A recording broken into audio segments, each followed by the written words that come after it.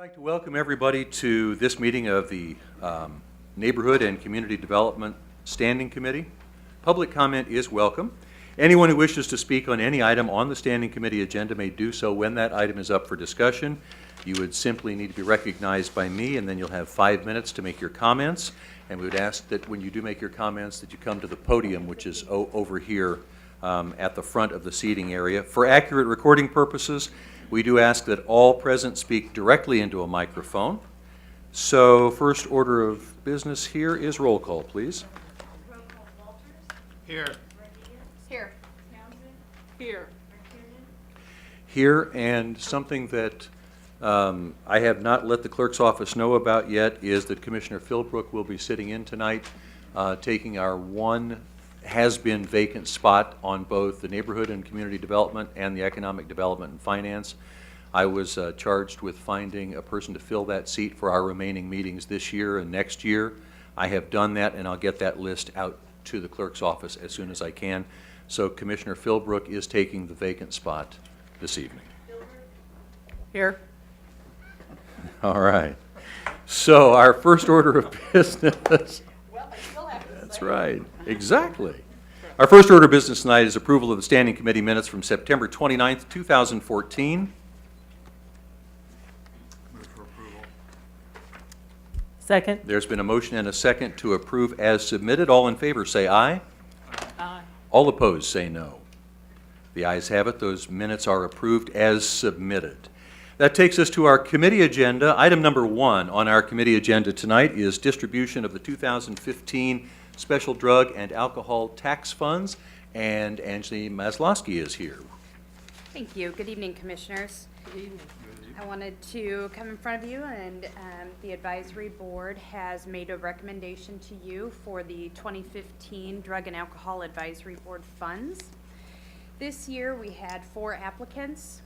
The first one was the Alcohol Safety Action Project, which requested $22,397, and the Advisory Board recommends funding them at 0, which, and then Mirror Inc., they requested $65,446, and the Advisory Board is recommending funding them at $51,048, which is 78% of what they requested. Associated Youth Services requested $153,658, and the Advisory Board is recommending $127,536, which is 83% of what they requested. And Friends of Yates had requested $96,135, and the recommendation is to fund them at $70,916, which is 73% of what they requested. We had about $88,000 over what was available in requests, so each program was not able to be funded at 100%. Any questions or comments or discussion about the committee's work? And once again, many thanks to the committee, because I know that your committee is always very diligent and very thoughtful in reviewing all of the applications and making those final allocation decisions. Thank you, Commissioner. Yes, ma'am. Thank you. I too would like to commend the committee for the work that it does. A couple of questions. Yes. What was the total amount of money available for distribution, and was it distributed or allocated at 100%? What was the reason, just out of curiosity, that the fourth entity was not funded? Okay. The total amount that was available to spend was $250,000. Of that amount, $249,500 was set for distribution. That left $500. The reason for that $500 is there are 2 meetings a year, which are all day, and I believe that we need to provide food for the volunteers that come in, your advisors. So that's where the $500 goes to, is for the 2 meetings to help pay for their food, drink, and snack throughout the day. And then the total amount of agency requests was $337,700. 636. So we awarded 249,500. Now, were you asking why the Alcohol Safety Action Project was not funded? Yes. Okay. Earlier this year, the advisory board got together and rewrote the request for proposal. On the proposal, there are allocations. Each advisory board member can give a certain amount of points to each agency. And the amounts awarded, there's 800 points available. And Alcohol Safety Action Project only received 213 points, where Mirror Inc. Received 703. Associated Youth Services received 723, and Friends of Yates received 643. So we use the point scale to allocate the funds based on bringing in new ideas, the quality of the proposal, previous history, and as you may remember, Alcohol Safety Action Project was not funded last year as well, in 2014. I couldn't remember if that was the one or not. I know Yes, there was ma'am. one that was not. Is there any limitation or restriction on entities reapplying There's, from one year to the next and No. possibly getting? Okay. there's no restrictions. All right, thank you. Thank you. Any other questions or comments or discussion? If not, the request before us tonight is to approve the allocations as submitted by the committee. So moved. Second. There's been a motion and a second to approve the allocations as submitted by the committee. Any further discussion? Roll call, please. Roll call Walters. Aye. Revere. Aye. Townsend. Aye. McKiernan. Aye. Gilbert. Aye. Thank you. Thank you very much. Again, many thanks to the committee. Yes. Item number 2 on our agenda tonight is further discussion about the concept of mandatory landlord training being included in our rental licensing ordinance. And we have with us tonight Debbie Graber of Rental Licensing and Colin Welsh of Legal. And really, I'm going to pretty much present tonight because they are both here pretty much at my request. So I want to give everybody some background on what led us up to tonight. I think that all of us would agree that clean and safe neighborhoods are critical to growing our city. Whether it's the older urban city in the east or the newer suburban city in the west, no one can argue that living next to a bad property, whether it's rental or otherwise, is a bad deal. So in that spirit, last year our staff suggested that we could emulate a program that's been put in place by some other cities that have implemented and established a mandatory training program for anyone who chooses to be a landlord, anyone who chooses to rent property in their city. However, so at that point in time, I asked our staff to come up with an ordinance amendment that would amend our rental licensing ordinance to include mandatory training for anyone who chooses to rent property in our city. We did that. We, as a commission, approved that. It's been about 7 or 8 months ago now. Then we've had some additional discussions about the timing of that and how it would be implemented, if it would be mandatory, if you could test out of it, if there would be a grandfather clause. And as I thought a lot more about this, and as I had more discussions on this, I began to think that maybe a mandatory program was not something that we should automatically put into place. And I'll give you some of my rationale for that. I actually went and took a landlord training program. So I've got my certificate right here in my portfolio that says I've been through landlord training. And I will say that at the end of that 8-hour day, I do think that landlord training is very beneficial for anyone who chooses to rent property, because I learned a lot of things that would help me protect myself if I were going to rent property. But I began to question whether or not we should make it mandatory on everyone who chooses to rent property, and I'll give you a couple of things that went through my mind. First of all, Colonel Ziegler gave us some statistics on crime stats, and 23% of police calls for services in 2012 and 2013 were at rental properties. Well, nationwide, about 35% of dwellings are rental, and I think it's a little bit higher than that here in Kansas City, Kansas. So if 35% of the properties are rental, but only 23% of calls for services are at those properties, I began to wonder, do we need a mandatory program? During the training program that I went through, the codes officer who did the code section of that training program said that less than 25% of the code violations in this particular city occurred at rental properties. Again, if 35% are rental properties, but only 25% of the code violations, or less than 25%, occur at those properties, I began to think I began to wonder.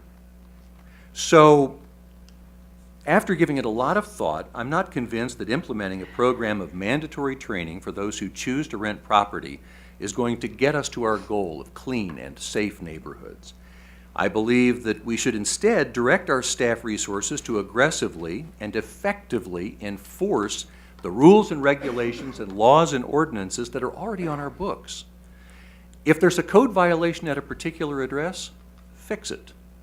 If there's crime at a particular address, stop it.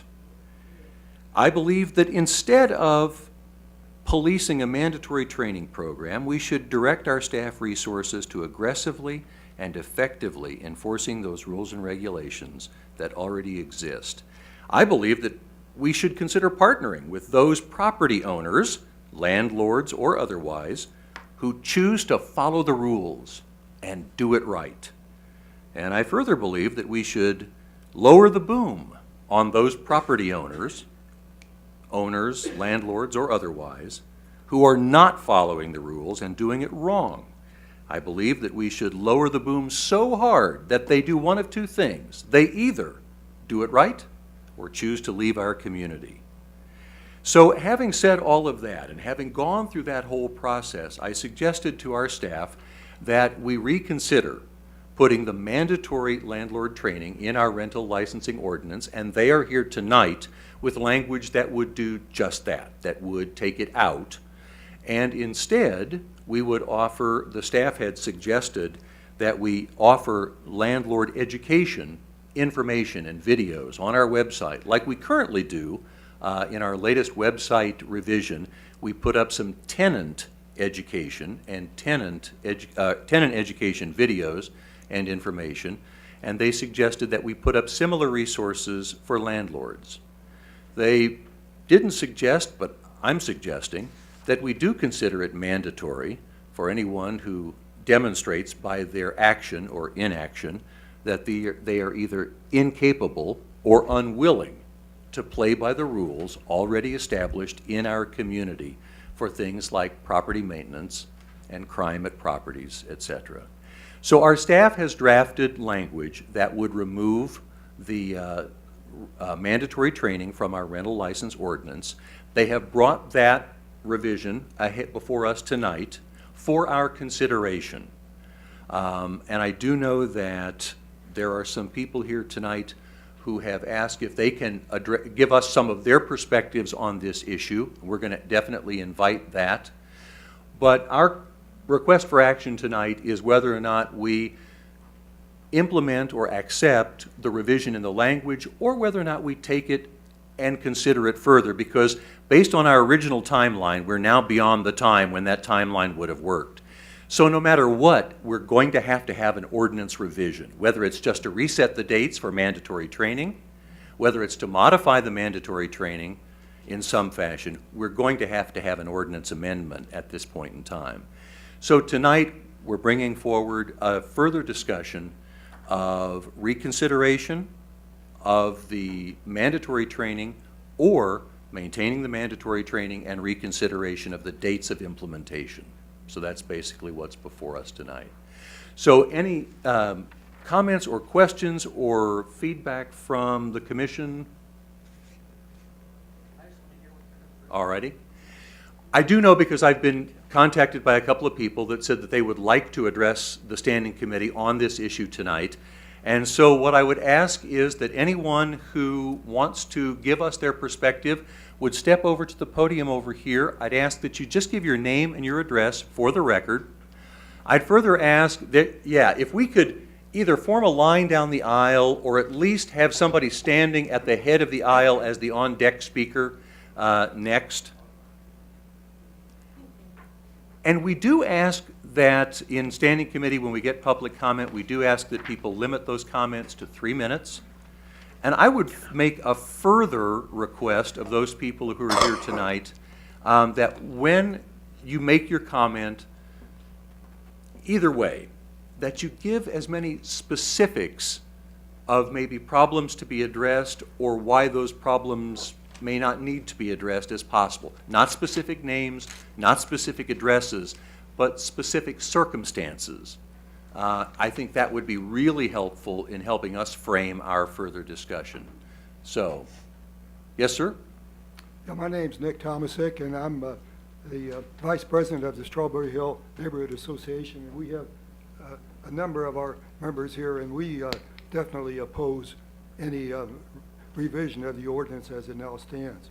You know, the problem that we have here is not homeowners. The problem is rental property, and it's been a problem for years.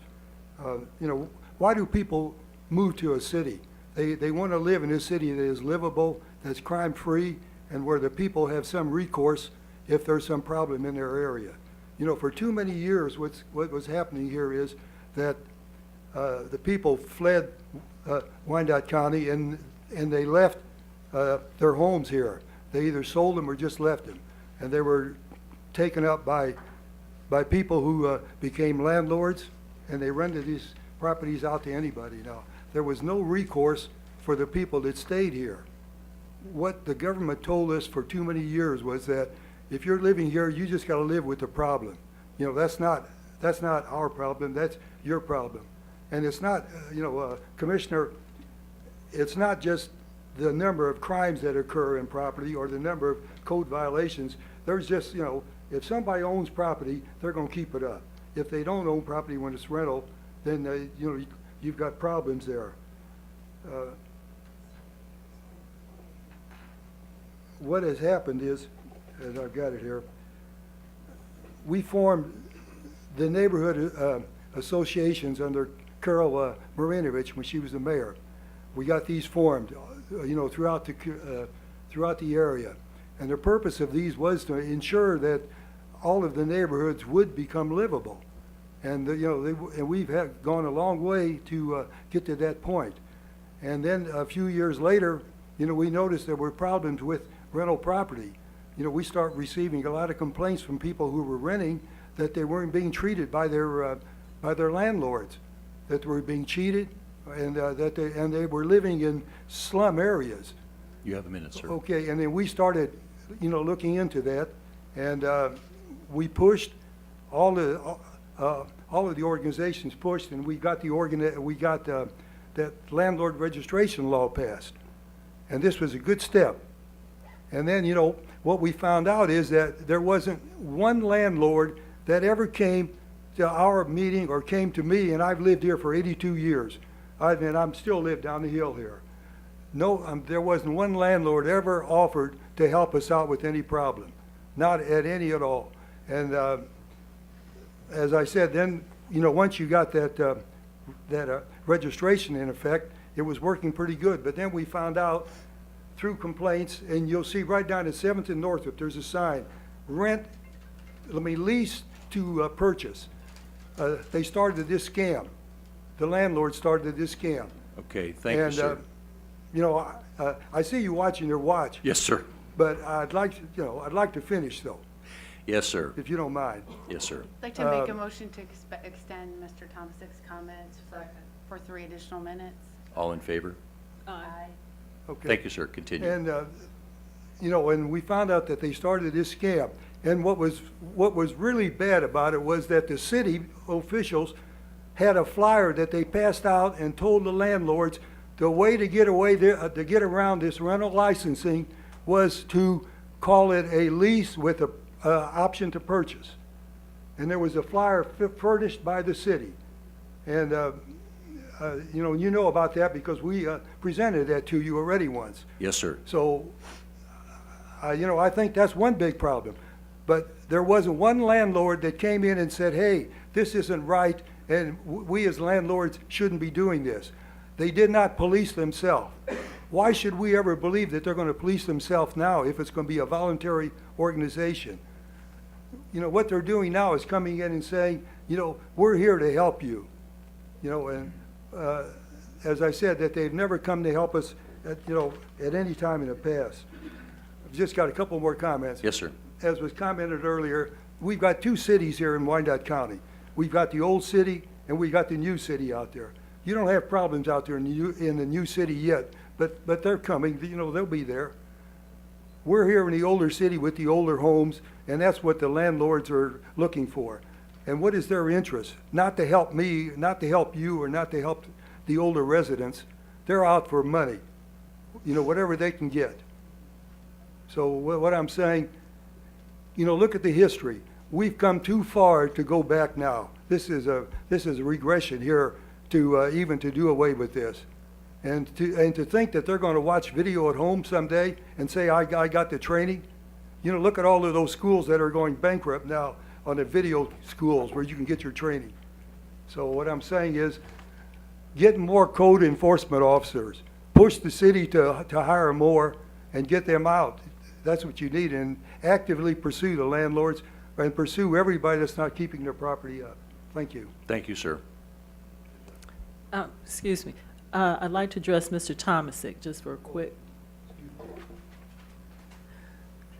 Just for clarity then, you are in favor of having landlords undergo this mandatory testing, is that correct? Yes, definitely. All right, thank you. Okay. Thank you. Hi, I'm Tim Ryan, the president of the Strawberry Hill Neighborhood Association. I'm also not in favor of repealing the mandatory training. I think it's very important to hold someone accountable for these sort of things. Considering us as citizens, we're held accountable every day and every week. And if we get one of those letters on our door, in 2 weeks we have to have that fixed or taken care of. I feel like with the landlords, sometimes that doesn't always come through as easily or as clearly or as viable. So it might be 2 weeks that they have to get something taken care of, but it ends up being 2 months or 2 years or 20 years, who knows? Sometimes those homes go undesirable for decades, and then what does it do? It deteriorates the rest of the block. So absent landlords, they still don't take care of their property if they're not able to get those notices. So definitely having the code enforcement follow up and make a stronger plea to get those things taken care of would be a big push for this. But I definitely think that having the training would get those landlords on board and understand and educated to the point where they know they need to be more proactive in their management of their properties. Because I feel like a lot of the times it's really just absentee or unmanaged properties that we deal with. And as a homeowner and a resident, I have to manage my property and I have to manage the job and I have to manage my personal life, but these guys I don't know where they're at. I don't know what they're managing, and we're the ones at the neighborhood level that are being held accountable to take care of that. We have to take care of our house. Why don't they have to take care of that one? Or why shouldn't they sell it if they can't? So that's my opinion. I think a lot of us here at our neighborhood feel the same way. Thank you, sir.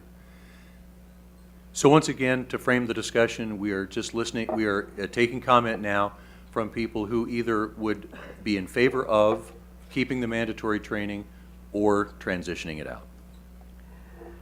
Good evening, everyone. My name is Carol Deal. I am the second vice president of Strawberry Hill Neighborhood Association, recently resigned. Retired, I guess. As old as I am, I'm retired now.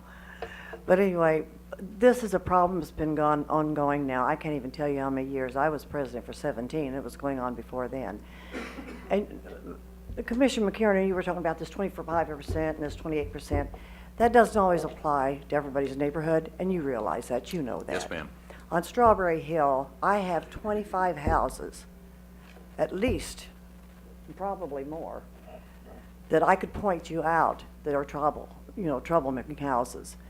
And by troublemaking houses, I'm saying they're owned by misguided landlords or as we like to call them down there, slumlords.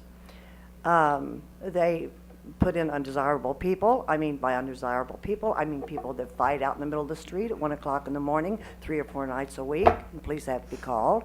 Or they're urinating in their front yard, or they're urinating in the street, or they're leaving trash strung all over everywhere. And guess who gets to clean it up?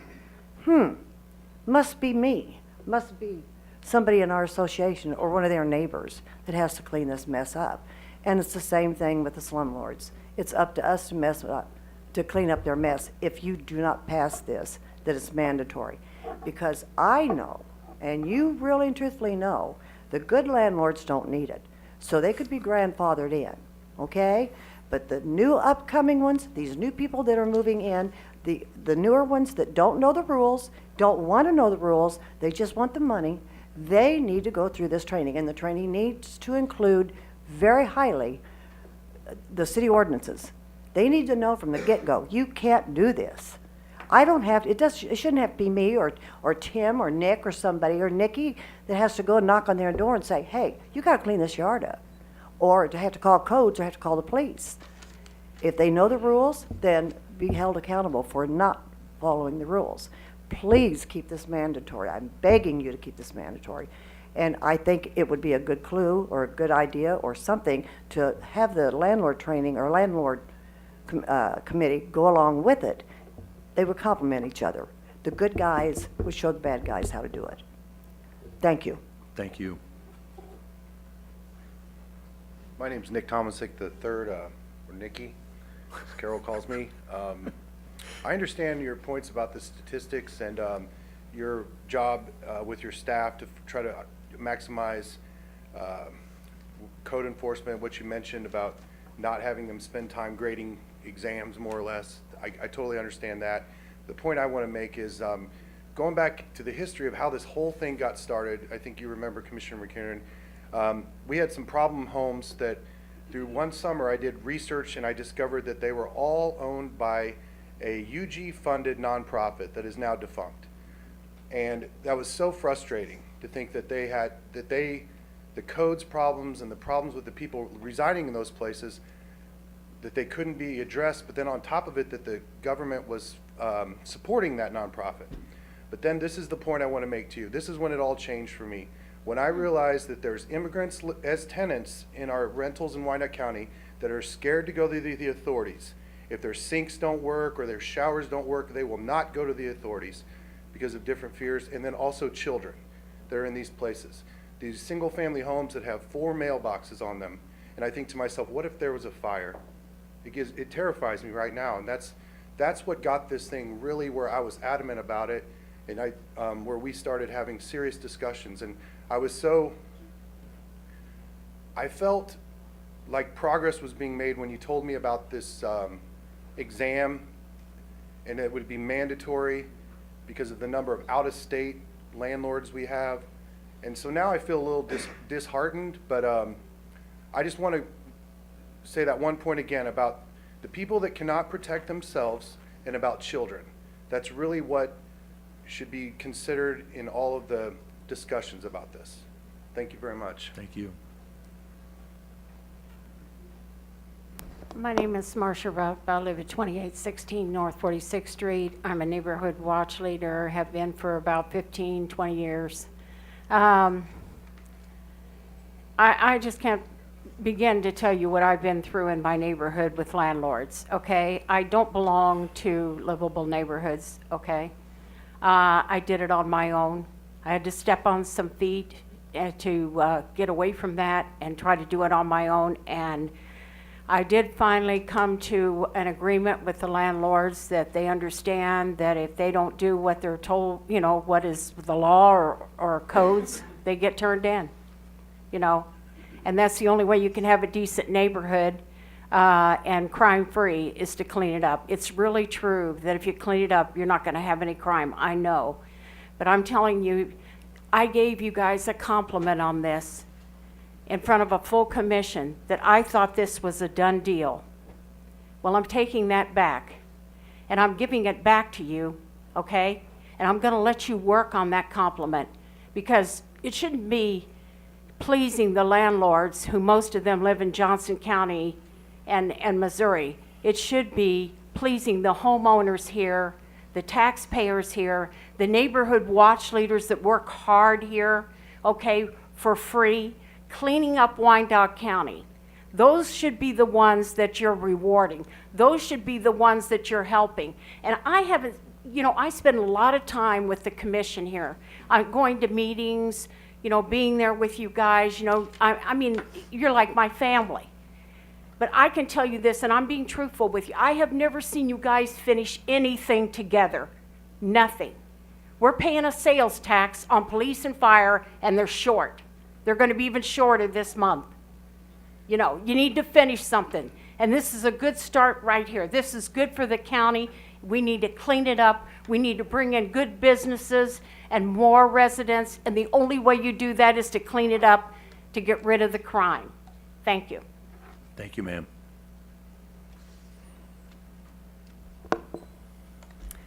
Good evening. I'm Cindy Myers, and I'm the secretary of the Strawberry Hill Neighborhood Association. Commissioner McKiernan, thank you for taking the exam for the landlords. I have not taken it. I don't know what it says, but I am in favor of having a mandatory exam. I think the more difficult we make it for someone to become a landlord, the higher quality person we're going to get. We're going to get someone who is very determined to be a landlord, not someone who just decides, well, I'm going to buy this house for $10,000 and turn it into a rental. I was under the impression that not only were we having this mandatory landlord training, but that we were also still enforcing all the codes. I thought we were doing both of those things. Now, I know I've called codes on my neighbors many, many times, and they're still violating a lot of the codes. I am hoping that this landlord training is going to help weed out some of the bad landlords. So I'm definitely in favor of keeping the mandatory training. Thank you, ma'am. Good evening. My name is Ross Stewart. I live at 620 Sandusky in Strawberry Hill, KCK. I'm also going to echo pretty much everything that everybody has said from Strawberry Hill up to this point. I was also a little bit perplexed on the whole price for the peace of mind that we were talking about earlier, whereas I don't know how much it costs for the county to actually do this testing or to do the class, or if the county even provides the class, or if it's a third party that gets paid by the county. Does the landlord have to pay anything? I understand it lasts 8 hours.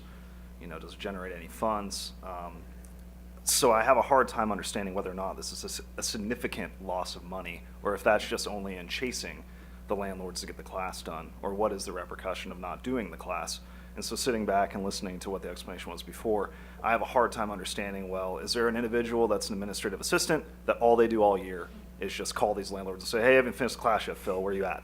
You need to come do it, we're going to take your property from you, or whatever it is. But if that's really what's tying up between having zoning enforcement get done, and I've done zoning enforcement cases here in the courthouse here for clients, and you guys do a lot of them. There are a lot of zoning complaints. I've had a lot of people call me, and I don't even practice up here that much. I practice mostly in Johnson County. So I'm struggling with the concept of we could do more if we don't make these people take this class, because that's kind of how I felt the explanation was. Having a better trained landlord, is there a downside of that? I mean, I Googled, sitting down here, I Googled what communities actually do this. Portland does it, Chicago does it, Milwaukee does it, and the list just kept going. And they've required it since the 90s, I believe. Most of them have. So unless there's a detriment from doing this, if landlords aren't buying property here, if you've gotten complaints from landlords saying, I don't want to buy a property in case you can't fix it up because I have to take an 8-hour class, that might be worth consideration. But otherwise, have landlords complained? Has anybody detrimentally suffered from having to take that class? Have you lost out on some sort of investment in the community? If not, who's really hurting this? They know a little bit more about the law. They learn, hopefully, about Section 8, different rights tenants have. Kansas Landlord Tenant Handbook, hopefully would be giving out these, all the better. So I'm in favor of it, as is most people from my community. Thanks. Thank you, sir.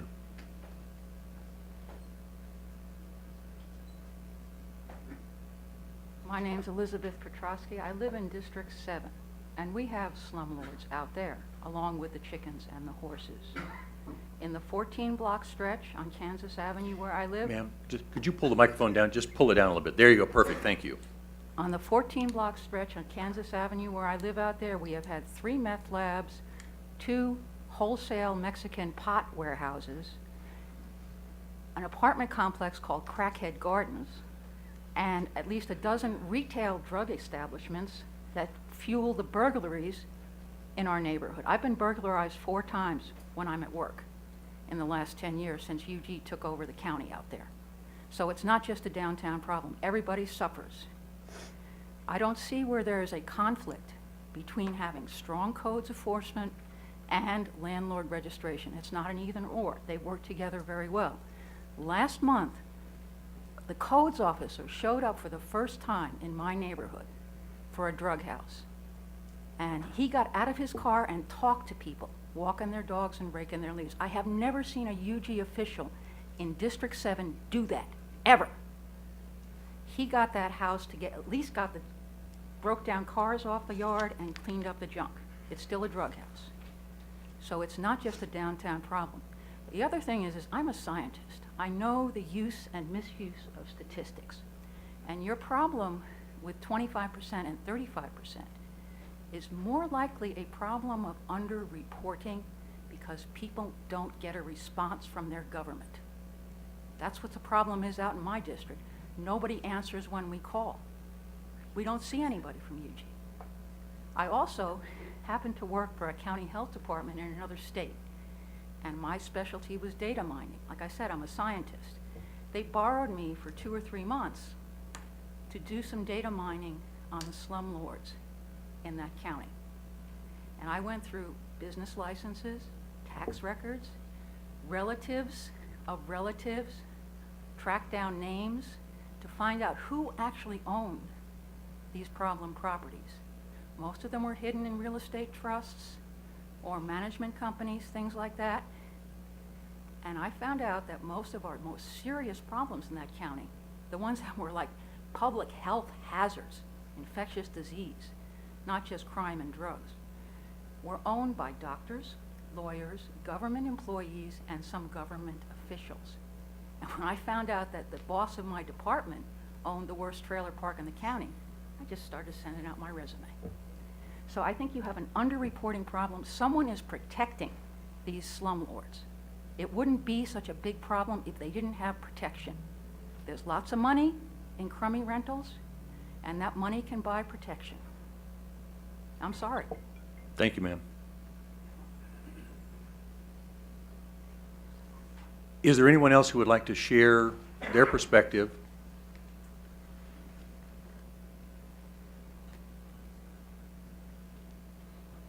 You don't mind if I walk into the lines then, right? No, sir. Okay, great. My name is Ed Juskinia. I'm a slumlord apparently because I manage property. People, we are not all slumlords. 94% of the people are good people that are landlords. 94%. What we're talking about doing here is penalizing 94% of the people for the actions of 6%. Now, the interesting statistic that I want to bring up is that when all this started in 1988, when we first did the landlord registry, where you had to have a in-city person to take your mail if you lived in Edwardsville and you owned property here, the statistics then were 2 to 3% of the landlords were bad. Now it's 6%. We've also had landlord courts since the early 90s. We created a special court at night just to deal with landlord problems. That didn't solve the problem. Then you got rental licensing. It was going to solve all the problems. It hasn't happened. The fact of the matter is the bad landlords are going to beat the system every single time, in the same way that bad city council people are going to beat the system every single time. Bad police officers are going to beat the system every single time. When you have bad people in a group, they beat the system. Do you penalize everybody else in the process? No.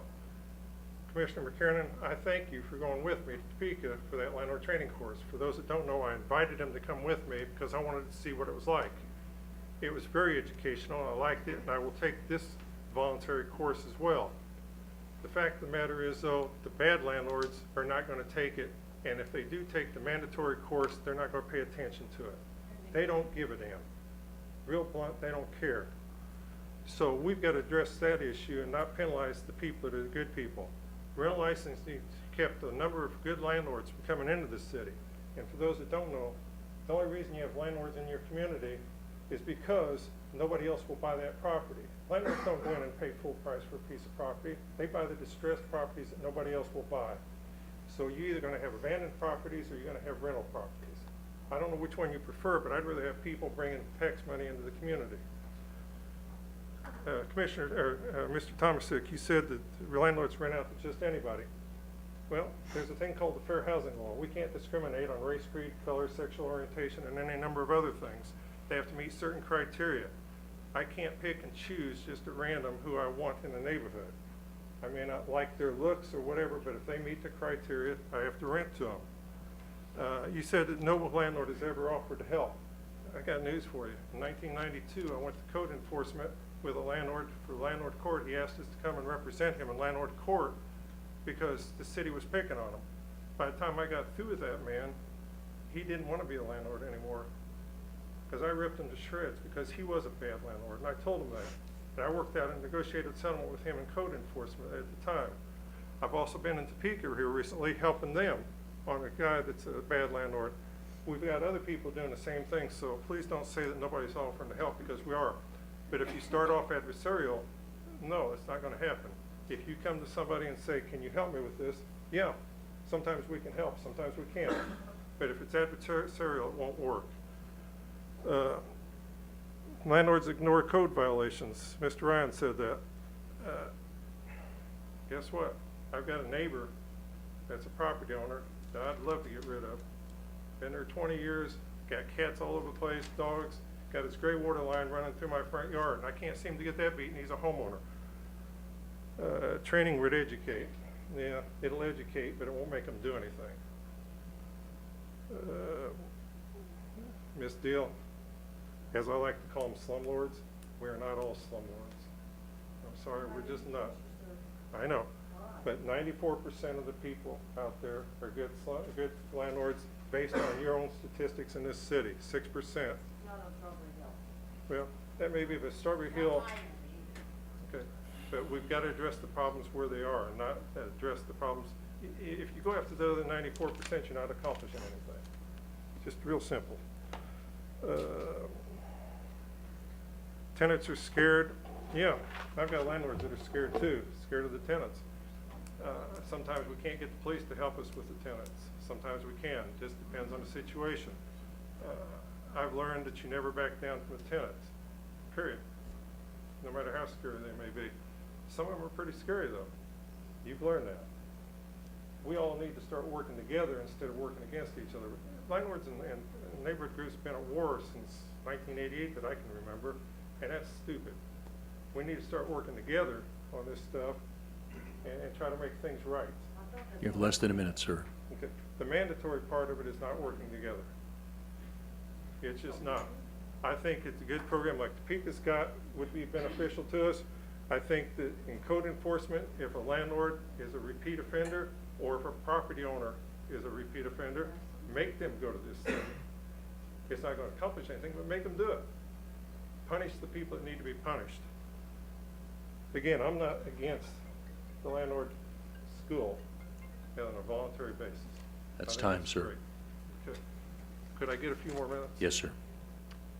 Move Okay. to give him 3 more minutes. All in favor? Okay. Continue. Thank you. The concept of school, I hate to interrupt this, but he seems to be applying most of his language to me. no, I'm not. But you're looking at me as Mr. you're Thomas. addressing. Yeah. Okay. Mr. Jaskinia, if you could just direct your comments this Okay, I'm direction, sorry. that'd be great. Thank you, Good. sir. No, sorry, I thought I'd mentioned several people by name. So, and I'm not addressing anybody in particular, I'm addressing the situations they brought up. Yes, sir. And I also said Mr. Tomasic and several others. I'm glad that the city wants to do something, because most property owners, be they landlords or homeowners, want good, clean property. It does me no good as a landlord to have property sitting next to a bad piece of property. In the same way it takes down, your values, it takes down my values. I can't bring in good tenants to an area that's got bad tenants in them. It just doesn't happen. So we all need to start working together.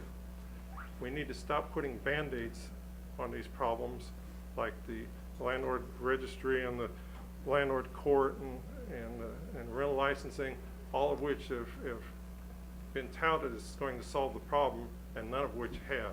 In fact, it seems to be worse. We need to start working out more innovative ways to make this work.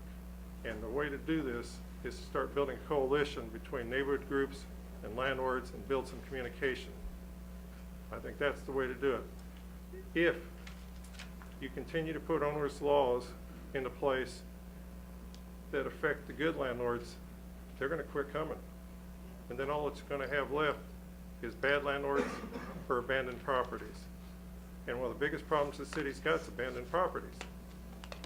And as I've shown many times in the past, to many city council meetings, some of the worst properties in the past that have existed have been city-owned properties and county-owned properties.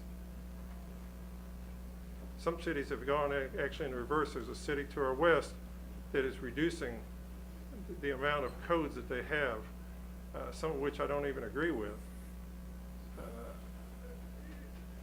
I don't want to get into specifics, Sure. but we need to start working together, and doing mandatory stuff like this is just going to hurt instead of help. I agree with the concept, but let's make it voluntary unless it's a repeat offender. And Thank you, I'm sir. sorry if I offended anybody by calling you by name, but that wasn't my intent, so. Thank you, sir. Appreciate it. Is there anyone else who would like to share their perspective?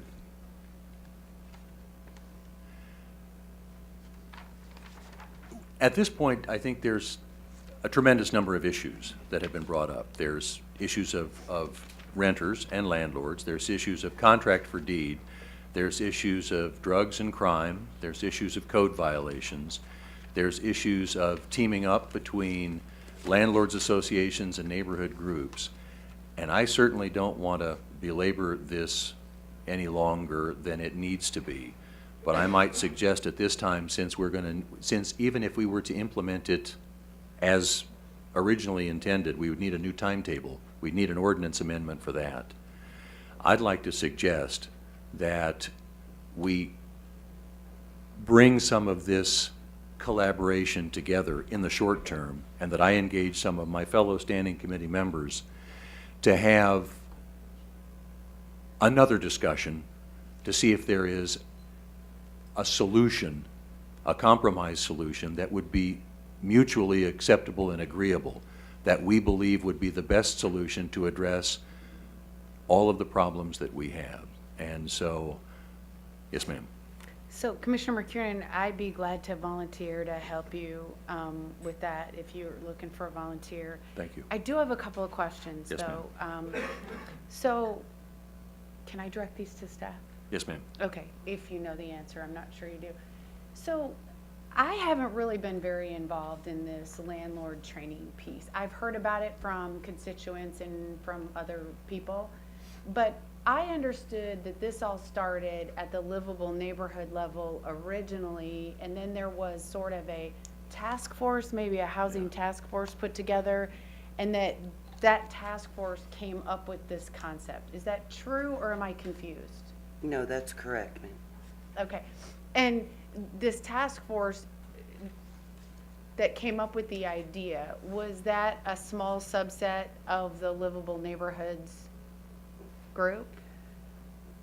Commissioner, you may want to You know, address in this. red, it wasn't. It was open to all NBRs, all neighborhood groups, UG staff, and at the point that the landlord training was considered, there were many landlords who were invited to be a part of that larger group and consider this and discuss it. In hindsight, the group wasn't big enough, the reach wasn't broad enough, the input wasn't complete enough for us to get where we've gotten to today, and that's why I would suggest that we gather broader input before making a final decision and on this.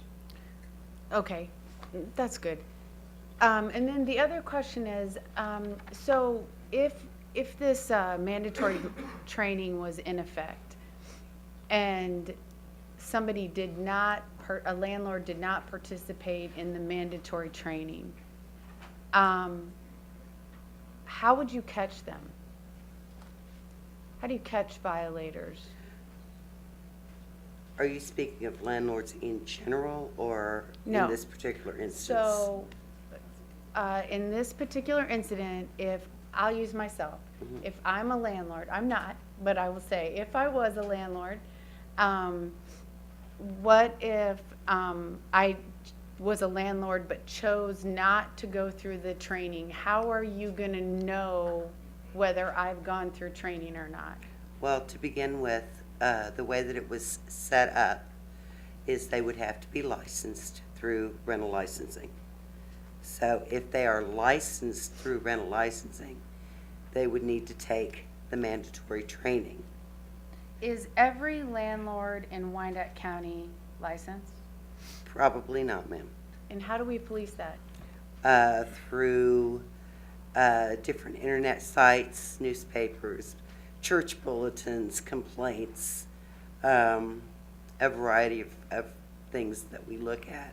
So in essence, you could be a landlord in Wyandotte County and not have a license and therefore not go through training if you don't get caught. Yes, ma'am. And how, do you have any idea how many people are landlords that aren't caught? I mean, sorry, let me back up. How many people are landlords that, that are not licensed, that are not?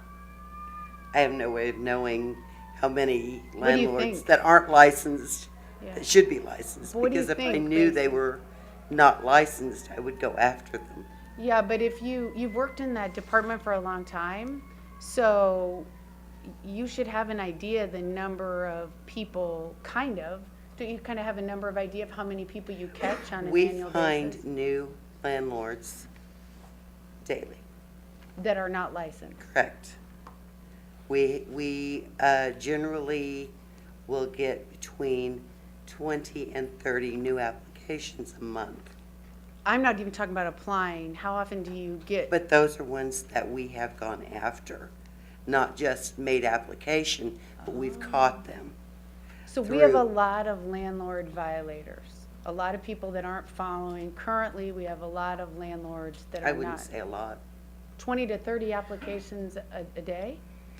Well, you're looking at 7,000 buildings that are licensed in this city. And when I started this program, it was 2.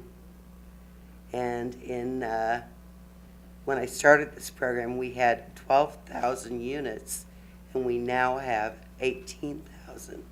So I wouldn't say a lot. But we have 20 to 30 people, landlords a day that we're discovering that don't have Not a license. day, a month. Still though, that's almost one a day. Somebody's turning up that is a landlord that doesn't have a license. Someone that has just begun to be a landlord, someone that has inherited a piece of property, someone that has bought property in our community and has decided to be a landlord, someone, even builders out west that have built property and can't turn that property, will rent it. So, you said when you started, you implied that the situation is getting better because at the time you started, there wasn't a lot of people licensed. There was only 7,000 and now there's, would you say 18,000? No, there were in units, there were approximately 12,000 units when we started this in '96. We now have almost 18,000 units. Those are Units. licensed, Units, not licensed. but those are units that are licensed. Right. If you It's have, grown from 12 you can to have one 18. building that has 12 units in it. The building is licensed. Right, but you've grown from 12,000 licensed unit to 18,000 licensed. Correct. And you think that that's because of enforcement? I think it's because of enforcement, yes. You don't think that's because we just have an increase in rental units in Wyandotte County? Not necessarily. I mean, that's part of it, yes. We've had new builds. We've had, as I said, in the west, new properties that have been built that have not been sold. But So, do you know where the bulk of those licenses were pulled from? I don't know that right now. I would have to go back and research that. Okay, so back to my original question, which was, if I own property and I choose not to license it, and then you catch me, what happens to me? You would be given a notification that you needed to license your property. You would be basically informed that this is what you needed to do. Hopefully you would get the application, pay the fee, get the property scheduled. If that doesn't happen, then we would take you to court. And what happens to me then? Typically at court, that gives them some impetus for going through and getting the license. So they'll get the license. Right now, we're discussing exactly how we would like to penalize them at that point. The history has always been that we're looking for people to comply, not to penalize them. So we have gone easier on them once they've come to court and said, okay, I got my license now. We have dismissed cases once they've gotten that license. However, at this point, we're discussing going ahead and fining them because it took that effort to get them to that point. Okay, so just play along with me for a minute. I just want to walk through the whole thing, okay? So we go to court. I still don't get a license. What happens to me? Can you take my property away from me? No, but we're going to, Ever? if somebody does not comply and they're coming to court, then we're going to, no, we can't, we're not taking away property through the municipal court. There's not even a possible, from what well, let me ask it as a question. Is there any way in the state of Kansas you can take my property away from me? Other than eminent domain for a lack of a rental license? There would have to be ancillary issues, I would think. I don't believe that we could take it just for Have not we ever having a done that? landlord license. Have I ever? Has what? the unified government ever taken anybody's property away from them for code violations or rental licensing? My history does not go back very far, but none that I'm aware of. So for me, the bottom line is that if you don't get a rental license in Wyandotte County, in all likelihood, the worst thing that could happen to you is you will pay a fine. And what is the cost of that fine? It's a scale up to $2,500. I guess, Debbie, you could speak of an order to vacate. That could come out of that process. That's my understanding, right? And how often do we implement an order to vacate? It depends on the, it depends on the circumstances. You know, we've done 2 apartment buildings in the past month with a notice to vacate. In a year, how many orders to vacate do we give? In a year in Wyandotte County? Sorry, I don't have that number, ma'am. I would have to go back and look on our computer. Would you say, though, in general, could you guess, like, is it greater than 10? I'm sure it's greater than 10. Okay. Thank you, ma'am. Can I follow up on some of these questions? You may. So, I'm very frustrated as a human being in this county right now because it almost sounds like we have no power to deal with the folks that are taking advantage of folks living here and getting paid rent and not taking care of their properties. Now, this is coming from somebody who grew up doing rental property, okay? So I'm very acquainted with processes and so on. But I'm also feeling very frustrated the fact that we, as the city, are pretty hamstringed. It doesn't sound like we can do a whole heck of a lot to get rid of these bad folks. Do you have suggestions on what needs to be changed? No, seriously, because you work with it day in, day out. What things need to be changed that unhamstring our codes and our legal department in dealing with these kind of folks? I think you have to realize that you're dealing with 2 issues. You have a rental property that is collecting rent. You know, they are tenants. You also have contract for deeds. Contract for deeds are not rental property. Okay, so, yeah, I know, my dad used to do contract for deeds, so I'm acquainted with that. And contract for deed is only as good as the contract and as the people that sign it, and that's on both ends of that. Correct. So, my question is still, do we need or can we change those contract for deed requirements in our county? No, I mean, seriously. I And mean, that and is- I know, is that a stupid question? I mean, No. no, and I understand that, but it does affect our communities. Yes. And so that, and I won't be talking much longer, it'll be fine.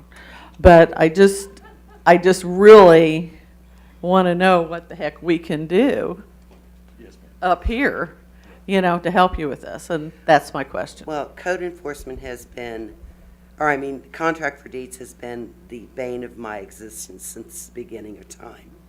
Because that was the way that landlords, your bad landlords, got out from underneath this program. We couldn't go and regulate them. We couldn't go in and check to be sure that things within that property were up to code. What about regular, Yeah. Regular licensing, regular rental property is on a rotating basis depending on the number of units. And given the fact that that's a whole nother overlay, Commissioner McGee, I appreciate your volunteering to help. Last time we had this discussion, you know, you had said that you really didn't think we should pursue the training program, but if the rest of us voted for it, you would too. I think it's time we fall back. And it's time that we get a broader group of voices at the table and start to unbundle a lot of these issues, contract for deed, from drugs, from crime, from codes violations, from, do we even have the ability to, anyway, there's a lot of interrelated issues here, and I think it's time that we had one more broader discussion with more voices, and I appreciate your volunteering. So I would move that we table this for further action, have another conversation, and bring it back. Commissioner Townsend. Oh, sorry. Thank you. Yeah, just a few comments. First of all, I'd like to know exactly where we are right now with this mandatory testing. Have we already passed the ordinance months ago that made that law of the county, or say law of the land? We have. Okay. And so the original proposal tonight was to move forward with that? No, the original proposal tonight was to rescind that Well, rescind, and yeah. update the ordinance so that it is no longer a broad mandatory training program. So the ordinance as written in our packet tonight excluded the previous requirement That is passed correct. by us. That is Okay, I correct. just want to make sure about that. And so that's why I suggested, rather than take that action, that we see if there is a compromise solution that hits all of the high points that have been brought up here tonight. From my recollection, help me, when we had the mandatory training, was that yearly for all landlords? Because I remember discussion No, it's going to be a about that. one-time only. One time only? That's correct. And was there a grandfather provision for that? That was a concept that had come up, was to consider that anyone who had been in it for a certain period of time and had not been on the radar in terms of code violations or crime on their property or other things would then be given effectively a grandfather. And this would apply to those who were getting into it new, as was referenced here, or those who had some record of violations in the past as being part of our rental license database. That certainly, I think, could be part of the ultimate solution if we choose to do that. My recollection was that I was in favor of some type of training. But I think from listening to the members of the Strawberry Hill organization and a lot of the residents, one of the things that's clear, even with this in place, you're still going to have problems that need to be addressed through code enforcement and those things. So it's not going to be the panacea that I think everybody believes.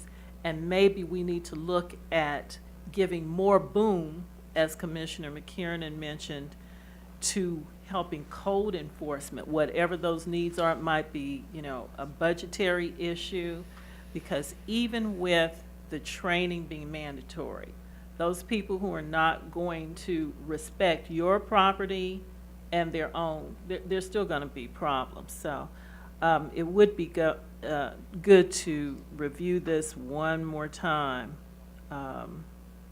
and see what other solutions long-term may help you and other homeowners and neighbors that have the same problems. The other point that I clearly hear Commissioner McGee addressing is one of enforcement. Even if we continue to have this as a mandatory issue, what happens for those people who do not abide by that? You know, how much resources are going to be expended trying to catch those people, so to speak? And then once they're caught, then what's the penalty? And how is that going to help, you know, good neighbors and good homeowners? So it would be worth looking at one time, but to come up with some kind of solution that's going to be long-term. Not sure what that is, so. Commissioner Murguia. Thanks. So Commissioner McKiernan, I agree with you, so I would second your motion. I just want to make some closing comments. So I think most of you know I live in an urban neighborhood also. I live in Argentine, and all the comments made by the community people here tonight are near and dear to my heart. I started off in community work by just participating in my neighborhood association. And I can tell you, no one's more tired of picking up other people's trash than I am. And I'm sick and tired of being woke up in the middle of the night over disruptions going on by people that are renting property and don't care about the neighborhood, or only there for, you know, whatever their agenda is, drug dealing or whatever. Now, we've made some significant progress in District 3, where it's not so much like that anymore. I think it's very neat and clean, and we have very little community disruptions. But this remains my concern here at the Unified Government. It's been my concern for the 7.5 years I've been up here, is that what this government does not do well is to enforce its own regulations that they currently have well at all. And what it's going to take is repeated, consistent, and steady enforcement of our code violations, and of things like rental licensing in order to get those kinds of issues under control. Now, to clarify, Commissioner McKiernan is exactly right. Wasn't that I was opposed to what was being proposed. I'm with Commissioner Townsend. I don't think it's going to get you all where you want to go. I don't think it's going to create the neighborhood that you want to see. I think the problem is that no matter what rule you make, if there isn't consistent and steady enforcement, your neighborhood is going to look exactly as it does right now. It's not going to be any different. So I made a big deal about this during strategic planning. I've asked all my commissioners to get on board with me. We've got to take a harder look at code enforcement and how we're doing business. I'll give just one example because it really bugs me and everyone ignores me. I bring this up every time I get the chance, and I'm going to bring it up until somebody does something about it. Right now, if you live in Strawberry Hill and your code enforcement officer gets sick or just goes on maternity leave or whatever, let's say maternity leave, and they're out for 12 weeks, Strawberry Hill does not have a code enforcement officer. That means nothing is happening.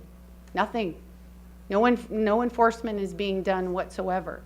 I've made multiple suggestions to the commission during multiple different meetings that we look at a different option, like part-time code enforcement officers, where management has more flexibility in making sure that those neighborhoods are staffed.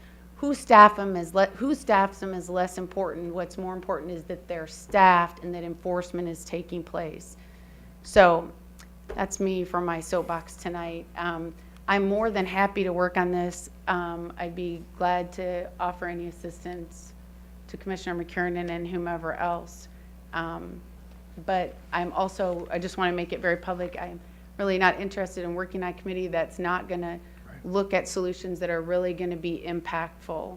And that would be not into making the whole rules purpose to here make is to rules. unbundle all of the various and interconnected issues of contract for deed, of rental, of code violation, of crime, and see what we can do specifically in each of those areas. So the motion is to table this tonight, instead to take it back for a final round of discussion, broader discussion with even more input than we've had here tonight. There's been a second by Commissioner Murguia. Yes, ma'am.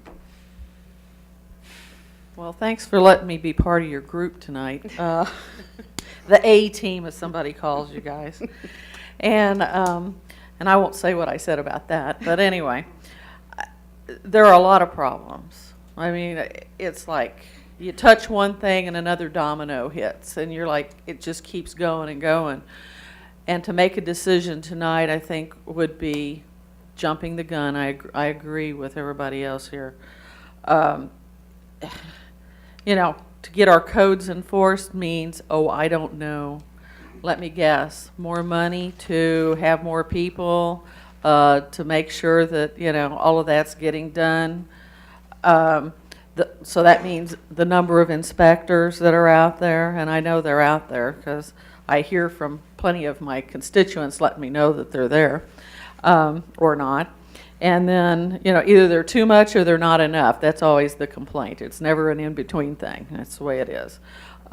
Or do our codes need to be changed? Do we need to look at how we change these codes so it works better for us, so we're not chasing our tail? Because I know there's a lot of communities that are changing how they're doing their codes. Education. I'm 100% for education, of course, because, oh, I don't know, I had to get a lot of it myself. And you never can know too much.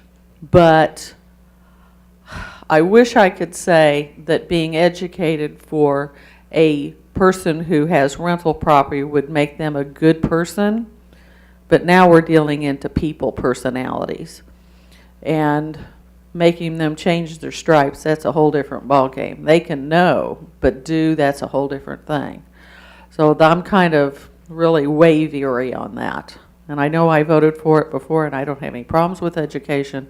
I like people to have education. I don't think it would hurt them at all to have to go learn it. And if I had property still, so what? So I spent 8 hours and learned what I'm really supposed to be doing. That's fine. But I don't think it's going to make a hill of beans as to whether the bad guys start doing what they need to. I think the only way the bad guys are going to start doing what they need to is if they have to pay the price. And it hurts them instead of letting them make money. And that's the bottom line on that. Thanks. Thank you, ma'am. There's been a motion and a second. Roll call, please. Walters. Aye. Murguia. Aye. Townsend. Aye. McKiernan. Aye. Aye. Thank you. I will take responsibility for convening the broader discussion, so anyone who is here tonight who would like to be a part of that broader discussion, please make sure to contact me. I know you all have my email address. So please do, and I will make sure that we get many more people than are even here tonight engaged in this discussion so that we have as broad a representation of this community as we possibly can to come to the best possible solution. Thank you very much. Item number 3 on our agenda tonight, land bank applications. Mr. Chris Slaughter.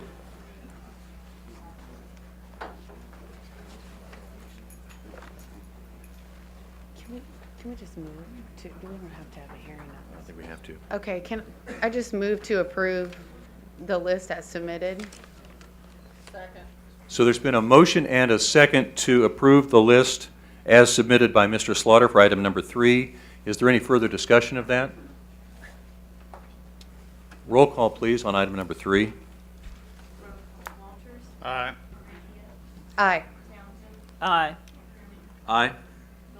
Aye. That brings us to item number 4. That is also Mr. Slaughter, communication regarding a transfer Move of for land approval. into the land bank. There's been a motion. Is there a second? Second. There's been a motion and a second for item number 4. Any further discussion on that item? Yes, ma'am. Is there a presentation? Something that, no. No. Okay. We have a small presentation. On the land bank transfers? Yes. Okay. Do you wish to see it?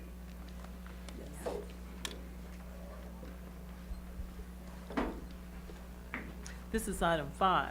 This is item 4. This is a transfer into the land bank. We've approved the transfers under item 3. We're now at item 4. 610 and 620 Minnesota Avenue.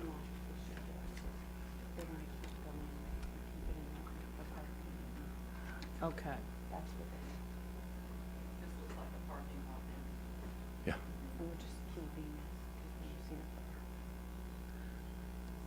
Okay. Is the presentation, is there more than one presentation that you have about transferring the properties in? Yes, this item, we have a presentation, and But item number 6 also involves transfers. yes, and And I there don't is a have the presentation on agenda that. for it, so I don't know what numbers. And would- and maybe that's what I had in mind. That's what I had in mind. Yes, ma'am. I didn't have any particular other questions about that. Okay. Would you like? So that, the question is then, would you like to see the presentation on item number 4? That's correct. Chris, I would love to hear your presentation. Yes, talk about our parking lot, okay? Good evening. I didn't get a chance to say that earlier.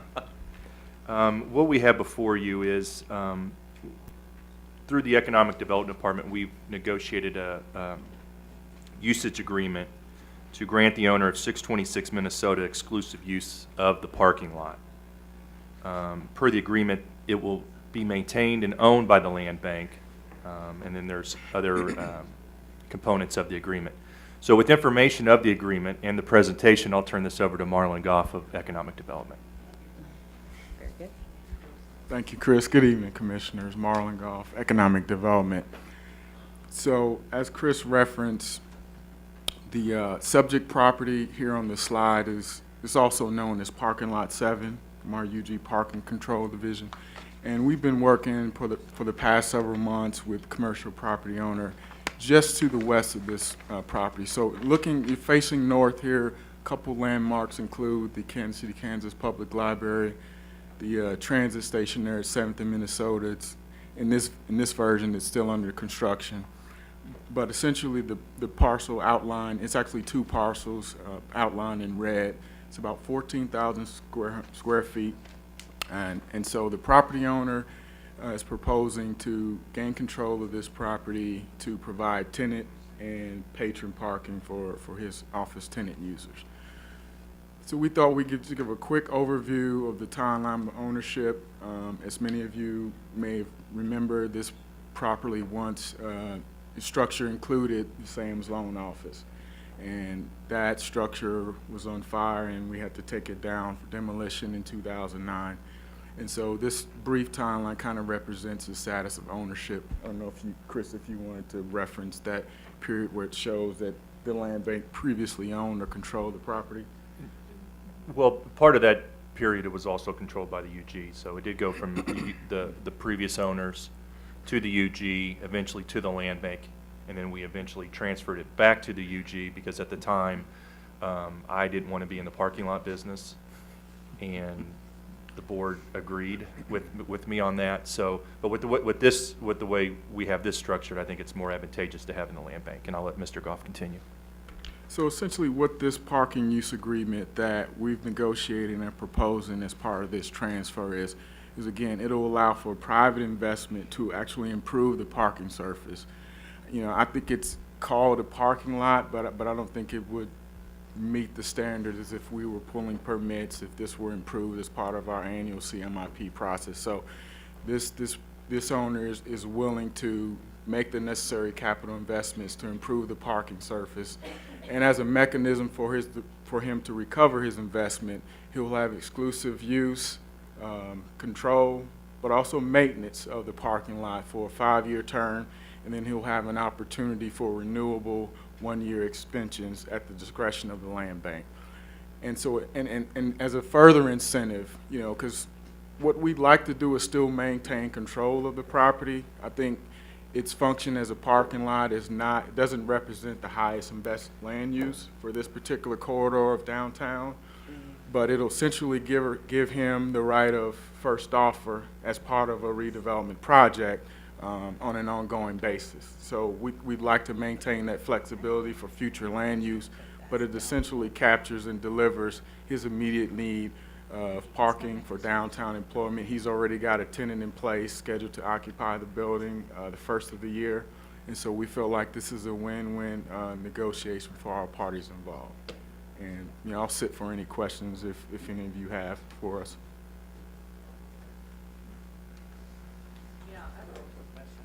So the right of first offer option, so if somebody comes to us within the next year and says, hey, we really want to develop this, then that would kick that into gear right away, and they would have to offer us X amount of dollars, or we could sell it.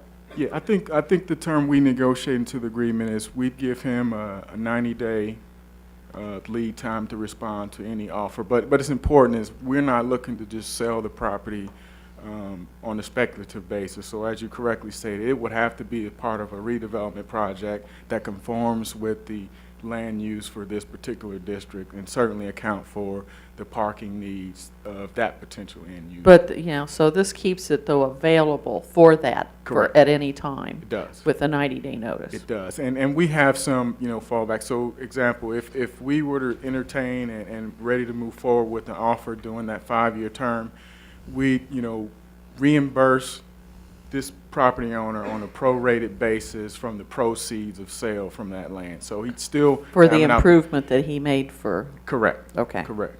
Okay, thank you. Any other discussion? Because I believe there is a motion and a second that is in force. Any other discussion on this issue? If not, roll call, please. Sir, I'm sorry. Yes, sir.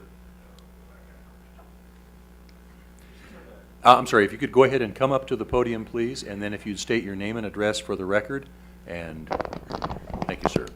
I'm Chris Kazilla, and I'm a landlord. What's the property to the north of this piece of property right here? What's the property to the north of this piece of property? The property to the north. The property immediately to the north would Correct. be Across the alley. Across the alley. across the alley. It's a municipally owned parking garage that's no longer in use. When's that going to get torn down? I would say that that particular parking garage property is proposed as part of a redevelopment project associated with Crossline Towers that you also see to the north. Timeline? You know, I'm not the point on that project, but I'm certainly willing to take your information and answer any questions regarding the I'll status get of a that hold of project. Dr. McKiernan and we'll get in touch. Okay. Thank you. You have his contact information? Yes, sir. Okay. Oh. Sir? Chris, is his name Chris? Could you come up and give us your address, please? Thank you. I'm the pushy one here. 605 Central Avenue, 66101. Thank you, sir.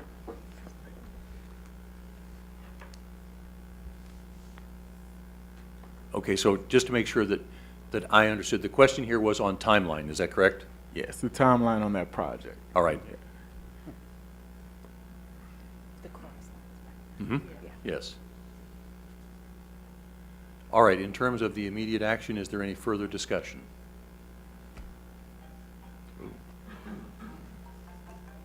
Good Lord, somebody didn't put his phone on vibrate. That would be me. Roll call, please. Aye. Aye. Aye. Aye. Aye. Item number 5 is a presentation on policy land bank, and that's Mr. Slaughter.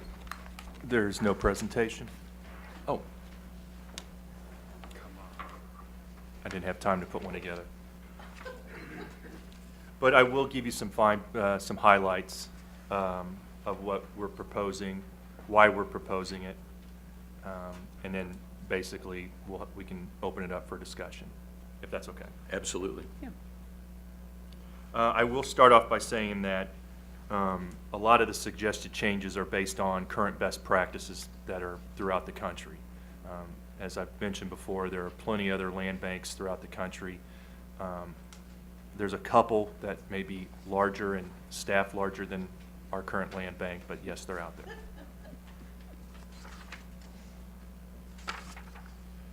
One of the changes, I guess I should reference what section we're talking about. is in section 2, we've identified, you know, what kind of usage would a potential applicant be looking to do. I know that's been a big issue with part of the discussion we had last week, or I'm sorry, last month, where there's a, you know, maybe there's a property that's not necessarily a side lot, so why aren't we still selling that? So we feel that this gives us a little bit more strength in that position. We would like to point out that, you know, we feel with the land bank that our number one use should be in partnership with the unified government. We also want to promote housing, but through that we also want to make sure that we're encouraging neighborhood revitalization, return these assets to productive tax use. We also have talked before about assemblaging multiple tracts of property into maybe larger ones. You know, who's going to build on 25, where we can maybe take 4 25s and turn them into 2 50-foot lots. And then we've also talked before about specific long-term banking. And then anything that hopefully in the future would be a financial mean for the land bank. Currently, all proceeds from the land bank go to the general fund. And as I've also said before in the past, if that's something that we could look at in the future, of identifying some or all of those proceeds to help fund current land bank programs or maybe future land bank programs to help take the burden off the unified government, is something we should probably look at. As far as disposition, again, we are strengthening our position that what is the intended use of someone that's applying for a land bank property? And then again, who is that? You know, we put some parameters out in the policy that maybe give us a better position to say, you want it for some community purpose, or you want to develop, maybe it's a current physical structure that we've taken in from a tax sale. What are your plans? And we don't want to know that you just want to hold it because you want to invest in it at a later time. No, we're looking at something similar to what we just talked about with the parking lot. We have the property, come to us with a proposal, tell us what you want to do, tell us how you're going to do it. We may suggest some things along the way, but in the long run, we have that productive use. That's the end result. And then we also want to know what's the short-term, long-term impact on the neighborhood and the community.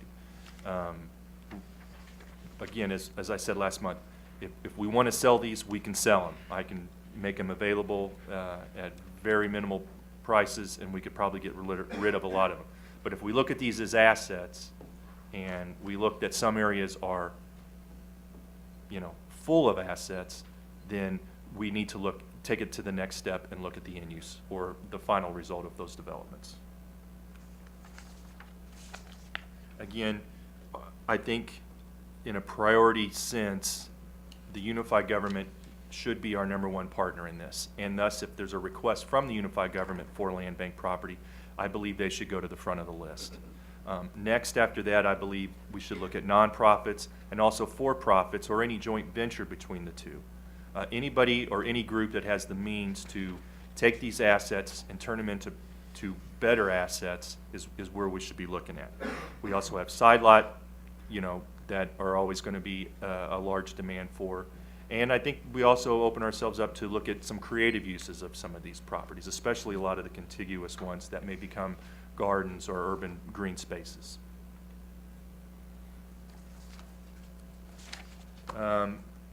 Again, we have our ways of taking in property. After this, we will have a presentation about taking property in from our current government. We do get property at the tax sale. I think we've worked on creating more of a strategic way to involve the tax sales and land bank. Instead of just gobbling up everything that doesn't sell, I think we're looking at having the end user in mind as we even look at submitting requests to put those properties in the land bank. We need to move them in and move them out. Again, we can take donations, we can outright purchase, which if I don't have funds, that's kind of a moot point. But down the line, we may want to sit there and engage in just a straight private sale with a private party, because maybe time is of the essence to get that property. We'd like to talk a little bit about conduit transfers. If there are tax delinquent or highly assessed properties out there that someone or some group is willing to look at purchasing, but yet the tax burden is high, maybe this property is severely underwater, do we look at it and say, if you agree to the demands that we have, improve the property, make it productive, make it an asset to the neighborhood, then maybe we'll be willing to abate some or all of those taxes or those assessments. And then again, land banking agreements. A lot of land banks will take in property from private parties or nonprofits, help them out. Again, we've had great discussions on this. I believe it needs to be a partnership, and there needs to be teeth in the game on their side too.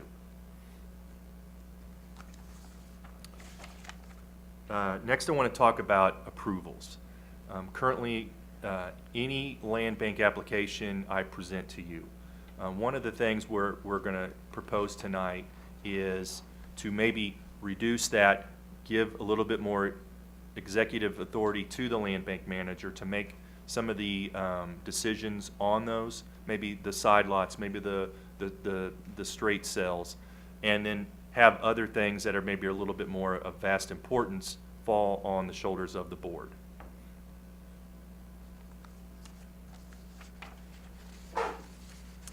And lastly, since I've already mentioned about the conduit transfer, just want to talk about really amping up the Adopt-A-Lot program. I know we've had some discussions about that in the past. Commissioner Murguia, you've had some great points about why would we want to just, we want to sell these, we need to get them out. But there, quite frankly, are some properties that nobody wants to buy. But there are groups that don't have the capacity to purchase them, but they are willing to take care of them, or maybe they're already taking care of them.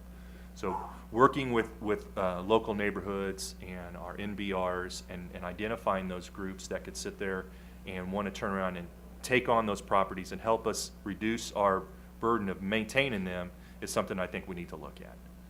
So with that, that's kind of the high brief of the proposed changes, and I'm more than happy to listen to your comments or questions. So the request for action tonight is to approve the administrative policies and procedures update that was attached to the agenda, correct? And this is a follow-up on presentation you gave last month. I would say it's been an ongoing process, boy, for some time. Right. And we've had some great conversations that I think have led up to some of the decision factoring that we've had. But what we have before you is a proposed new land bank policy. And again, I think the action we would ask is that if you guys approve, we would take this on to full commission, I believe on the 18th, for their final consideration. So that's the request for action. Are there comments, are there questions, discussion? Commissioner Townsend. Thank you. Going back, Mr. Slaughter, to the conversation that this committee, and you had about this a month ago, you mentioned a change. And I want to make sure that I'm understanding in this policy what we are relying on in terms of addressing one of the issues that was brought up. As I mentioned a month ago, there are requests that come in periodically within my district and possibly in the district of some of the other fellow commissioners for properties to be purchased by private individuals.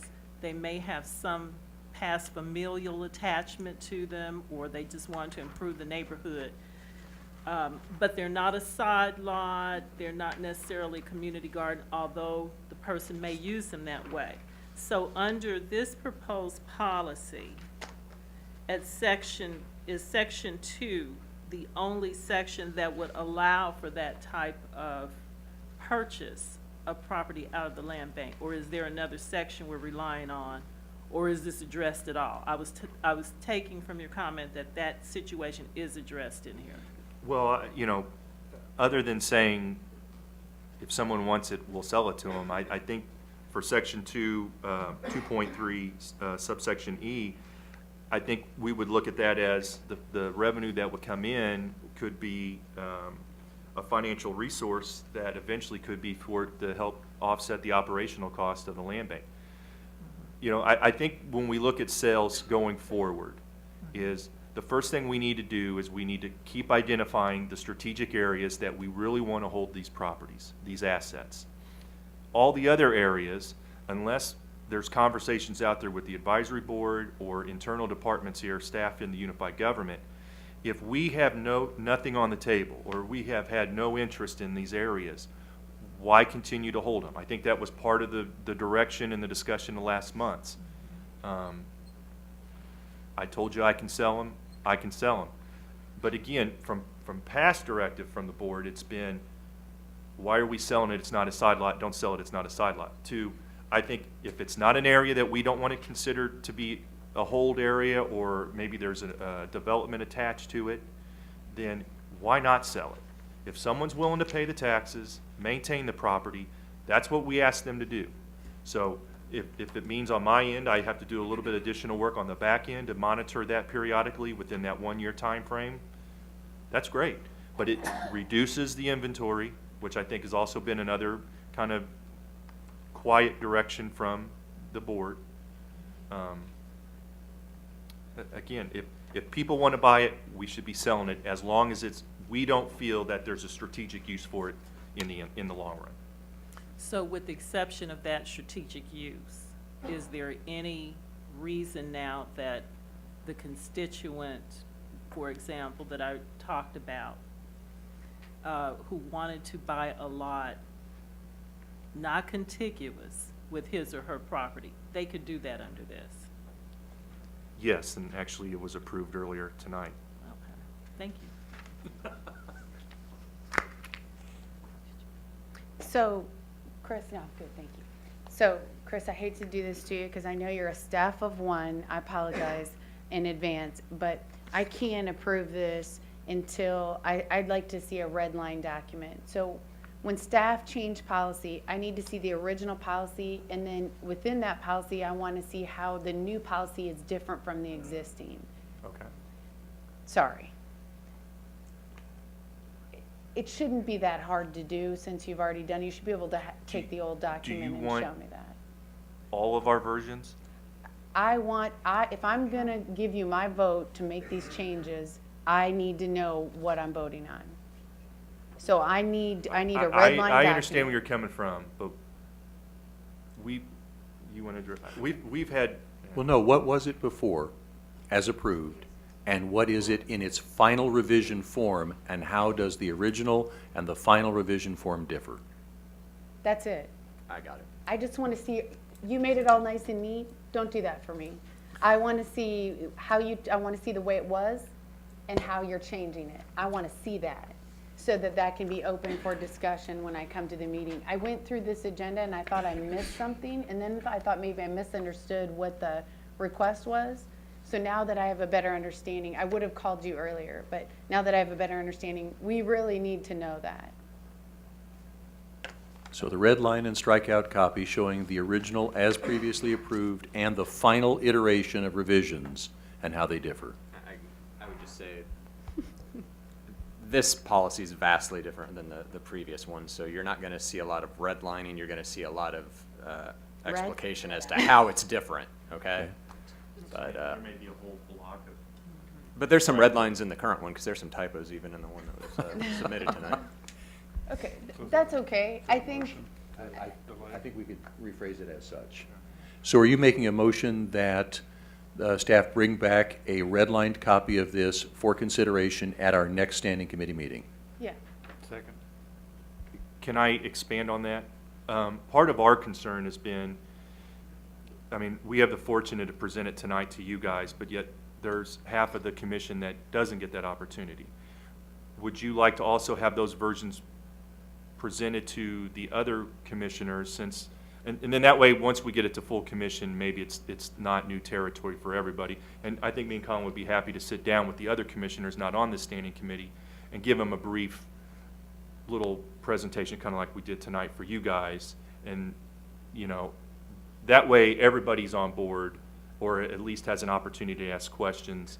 Because sometimes once we get to the Land Bank Board of Trustees agenda, it's usually after a long night, and I'd hate to keep people, you know, longer than they would need to, but it's just a suggestion. Well, all commissioners do get the agenda packet, so they would actually get the red line version of it.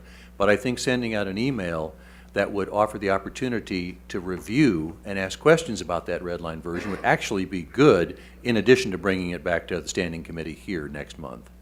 And other commissioners are always welcome to attend other committee meetings. I mean, I attended the animal ordinance meeting the other night. Praise Lord. Even though it's not my standing committee. So part of that burden, Chris, I appreciate what you're saying, but part of that burden has to fall on the commissioner and their level of interest. Well, But I'm just saying. this commissioner wants to say, thank you, I like that suggestion, because I would like to be able to see that before it comes back before this committee again, because I'm not a regular on this committee. That way I can contact someone on this committee and actually see patients that night, you know, like I'm supposed to be. And then, you know, though they can ask those questions for me, and I can understand what's going on. So I appreciate that if you would please do that. no problem. So there's been a motion and a second to bring back a red line copy of this for consideration next month and to distribute to all other commissioners. Motion and a second. Any other discussion? Roll call, please. Aye. Aye. Aye. Aye.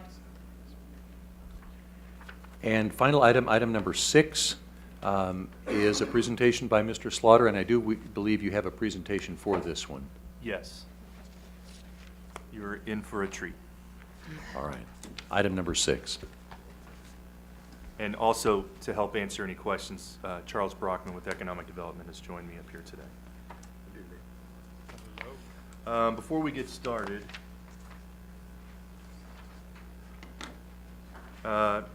just a little bit of background of how we came to this. As you probably all are aware, Land Bank has moved from the clerk's office to the Economic Development office. So, in kind of some discussions around the office, around the water cooler, a lot of things kind of came up other than, you know, sports and stuff. Occasionally we talk about delinquent property owned by the government.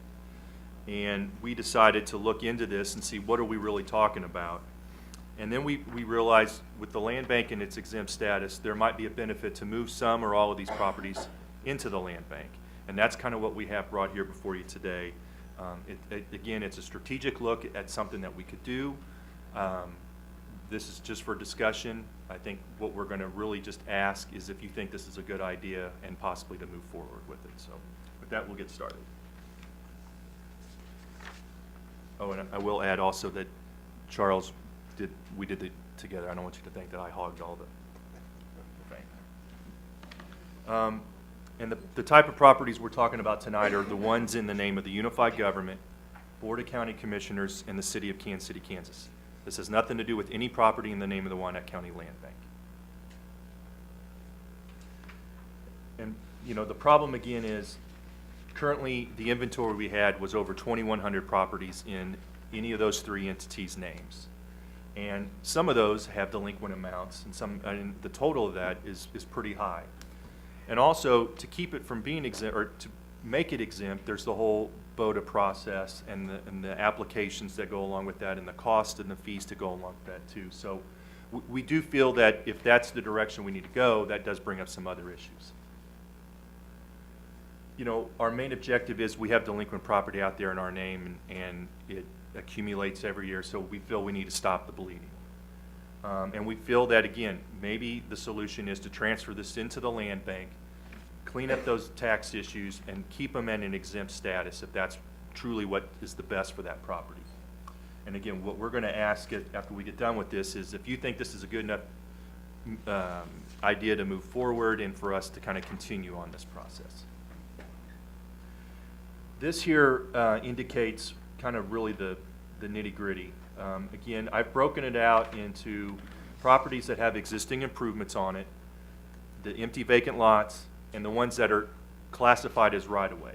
And as you can see, the total number is 2,107 properties. Out of those properties, we have 480 that have an existing tax delinquency, which is over $1.6 million. Chris, not to interrupt the flow of your presentation, but I'm not catching the type of property. So there are 480 delinquent properties that delinquent by the tax sale eligible standard, or are these just 480 tax delinquent properties? 480 tax delinquent properties. Whether it be 1 year or a month? 1 year or multiple that just happen to be under those three entities' name. Okay. Okay. Good. Yep, go.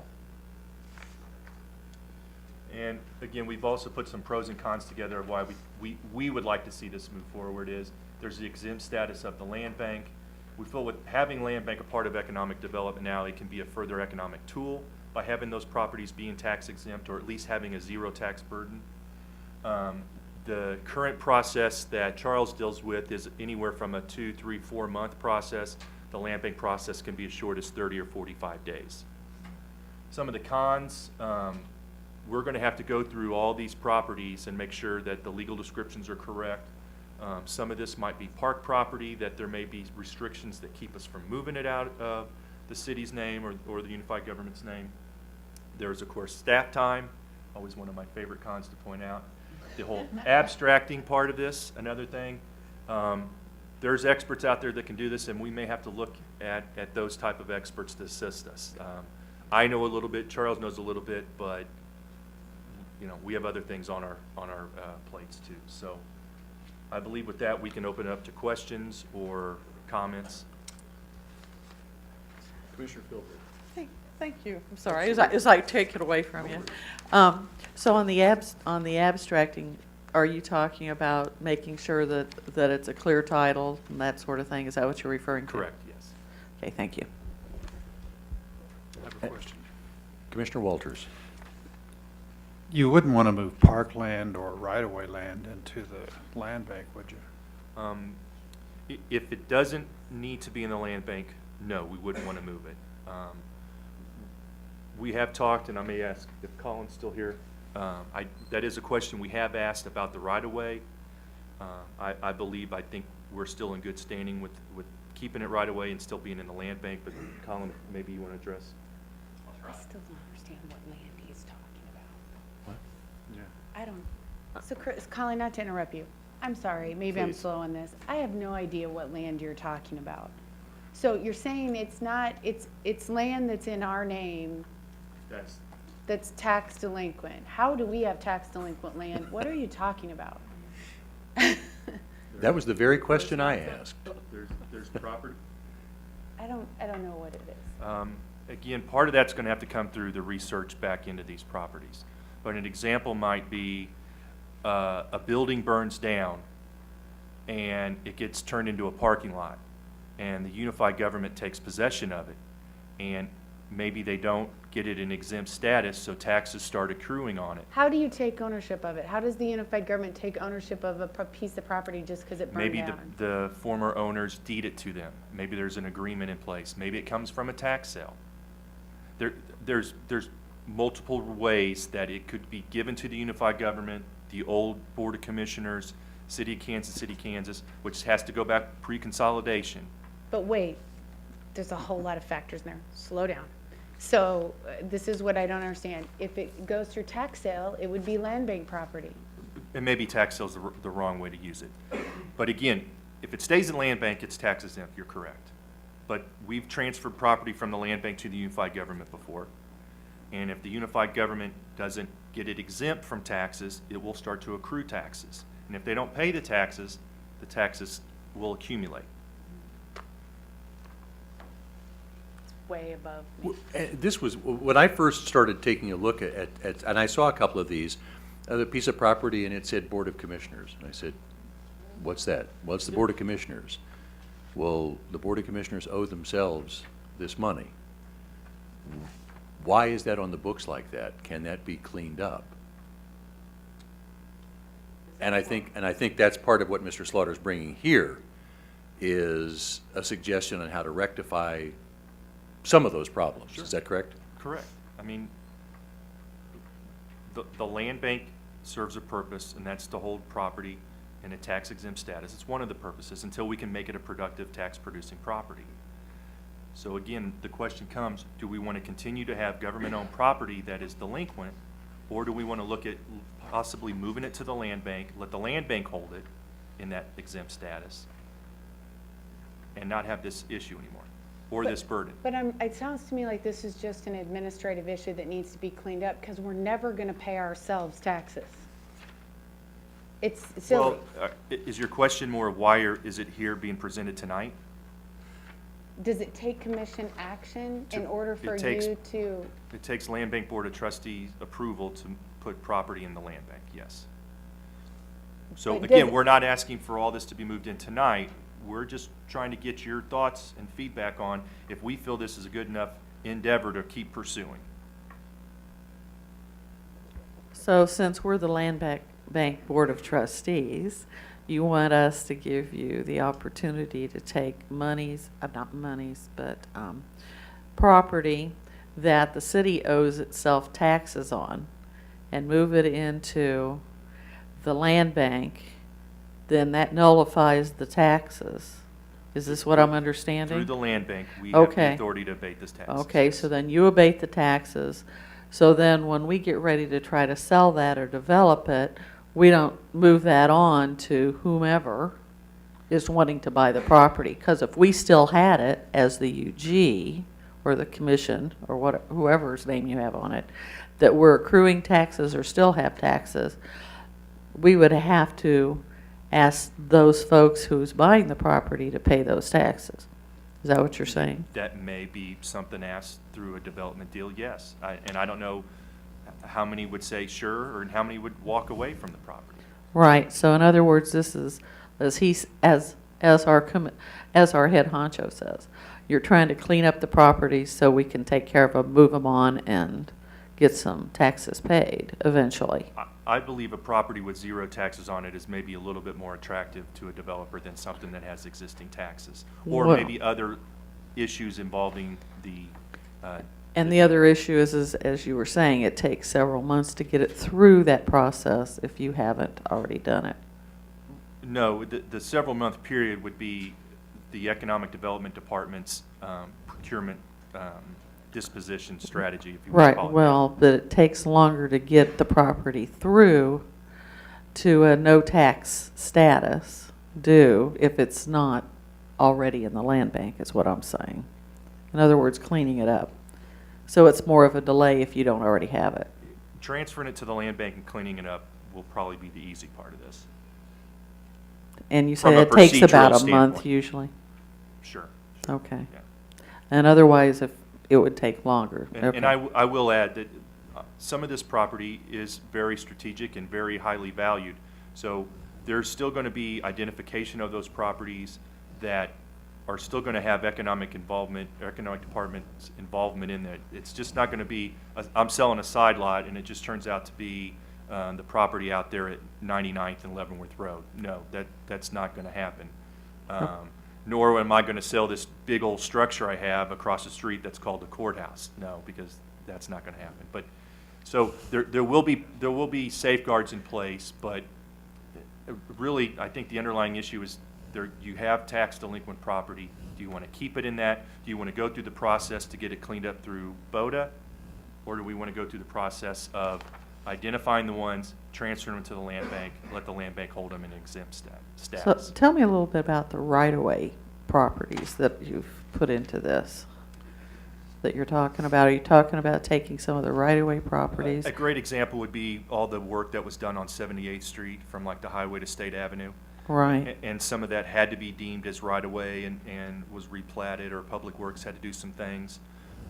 Well, unless you go through the process to file to get it exempt, it's going to accumulate taxes. It's not a tax exempt. Just because it's right-of-way doesn't make it tax exempt. Okay, so I have a real pointed question, because there's a big hunk of property right next to mine on the corner of State Avenue and Turner Diagonal that was deeded, I believe, to the city from the state. And that's a big bunch of unused property. And so is that something that we have in the right-of-way area, or has that been put into the land bank? I'd have to look. I and know, identify that. but you understand what I'm saying? Sure. And so big pieces like that we could develop eventually and utilize. As long as there's no deed restrictions that would prohibit certain Right, things. no, I understand. Okay, thank you. Commissioner Murguia? Are you just looking for direction today, Chris, on how to handle this? I think, yes, we're just asking if you think this is worthy for us to continue to start identifying the property, and then eventually we would come back with a list to say, here's property we've identified that we'd like to start moving into the land bank. So I would tell you, I have no problem with you making any administrative cleanups where we would owe ourselves taxes, anything silly like that. Whatever it takes to resolve that, we have a whole legal team, fix that however it needs to be fixed, and make it normal, where we're not accumulating taxes on land we're never gonna pay. So however you wanna do that, what I do care about though is that once that's all compiled into one big pile, which is where it should be, that before you go selling that, I do like the process. I do want you to sell it, but I think it takes you just a few minutes to bring that in front of us and let us review it. As you've seen many times, you don't even sometimes get a chance to speak when you bring land transfers in front of us. In fact, most times that's the way it goes. But I do think it's important to at least run it by the commissioners, because as you've said, some of the land might be more valuable than others. We could present it however you like, but ultimately, I think it would have to come through the standing committee and then the full commission as the Board of Trustees to give Yeah. us the final approval. I think that's fine. I'm just saying, that's my 2 cents on it, that administrative cleanup, great. I'm very supportive of that.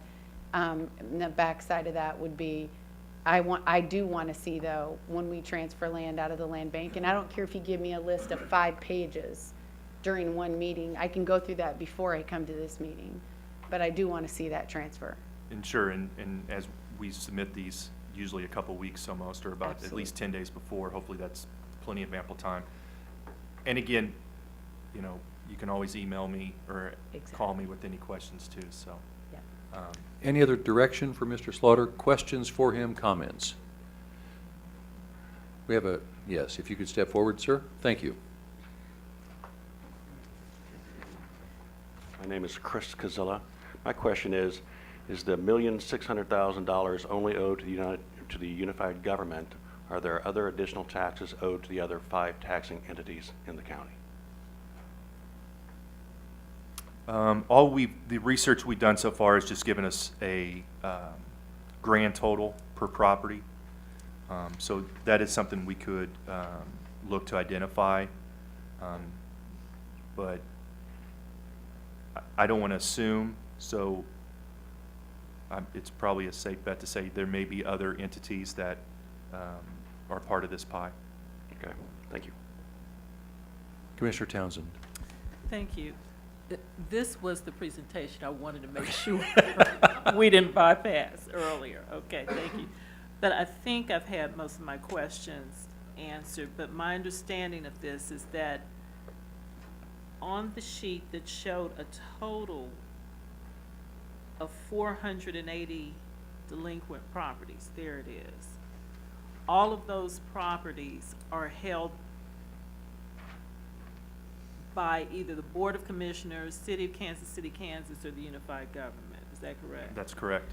So the plan or your request for direction is to start working on that number Yes. to clean up the tax, we the had paper a- taxes, like you said, that we owe ourselves. We had a staff discussion today, and I believe the number we would probably initially go after, I just noticed a typo, would be the 366 vacants, or how, I don't know how to say that because I misspelled it.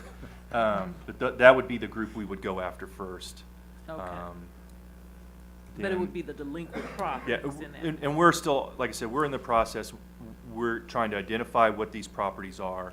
Some of these are going to have significant use for the unified government that we definitely need to make sure that if it comes to the land bank, if it's allowed to come to the land bank, that there's safeguards in place to make sure that this never gets sold, or what type of actions will be in place to sell these properties if we need to and stuff like that. So And we're if- working on it. Okay, I'm sorry.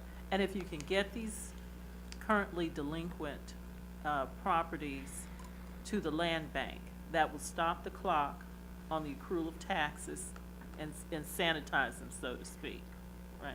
Yes. Okay. And I wouldn't have to receive the phone calls anymore from our Treasury Department about, here comes another tote of Okay. tax statements for you to go through, so. And the only option to sanitize or eradicate these accruing taxes on these properties would be what? To go through this BOTA process? Yes, ma'am. How long does that take on average? I'm actually going to let Charles talk a little bit more about that. Okay, thank you. Actually, Commissioner, I don't know that, and so I will find that out for you.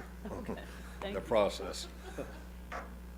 I'm sorry, So it sounds as if the direction that we are giving to Mr. Slaughter is, yes, move forward with exactly how this would work, what it would look like, the details, and bring a proposal or a request for action back to us at some future committee meeting. Is that correct? Yeah, and I would just add, Chris, I mean, I don't see any reason for splitting these out. If we're gonna do this administrative cleanup, just take the 480, clean up the taxes on it. We're not gonna pay ourselves whether it's a building or a vacant lot or a right-of-way, or, I don't really care what it is. There's 480 pieces of ground, whether they have a structure on them or not, I don't really care, that has this ridiculous assessment on it. Just clean it up. I don't know why we would say we're gonna do the 366 vacants first. Is there a reason to do that? I mean, why would we do that? I think we need to go through them just to make sure that there's nothing in the deeds that would, if moving it to the land bank prohibits some of the restrictions out there, or again, the main thing But I you could could think of have would be that like same- a piece of parkland. But you could have that same issue with a property with improvements or right-of-way. So what does it matter? Just resolve them, 480. I think at some point, this is going to have to come before the Board of the Trustees for the Land Bank to, or it's actually going to have to come to the Board of Commissioners to convey the property to the Land Bank. Okay. So I think breaking it down into pieces, because he's probably going to have to bring batches of them to you. Just- Why? Why does he Well, need to bring because this batches? I think he can't, he's going to have to This is a big job. look at all of them and to see which ones can be conveyed. You know, if there's restrictions, deed restrictions on them, or if they were dedicated as park property and can't be conveyed. He's going to have to abstract all of the properties, find out which ones can, and he can either bring them to you in batches, or he can wait until it's all done, which will be a long process, and then bring you the whole bunch. And could you find out, instead of you doing that, Chris, how much it would cost to hire an abstractor to do 480 of those and just get it over with?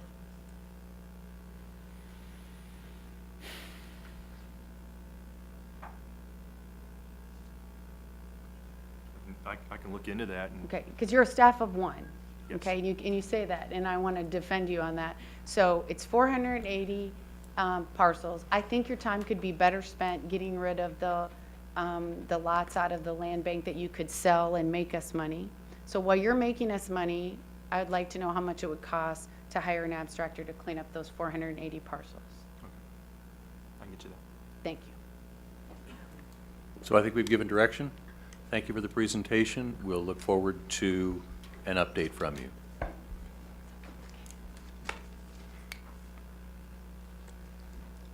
That completes item number 6, takes us to our outcomes agenda, which has one item on it, and that is an update on transit operations. Justice Welker from UG Transit is here to start that presentation. A short informational update on UG Transit. Good evening. Thank you for the opportunity to provide a brief update on UG Transit operations. Our transit services are unique in the fact that we provide transportation for our aging services in addition to your traditional transit services. Just a brief rundown of what we offer, and I'm going to go provide a brief synopsis of each one of these. Our fixed routes are a predetermined route that travel a predetermined route, and then end at the location of origin. UG owns and operates 5 routes along major travel corridors in KCK. You have Central, 3rd Street, Fairfax, Leavenworth Road, Kansas Avenue, and West Parallel. We also contract with the ATA to operate 5.5 additional routes in KCK. The big one, 101 State Avenue.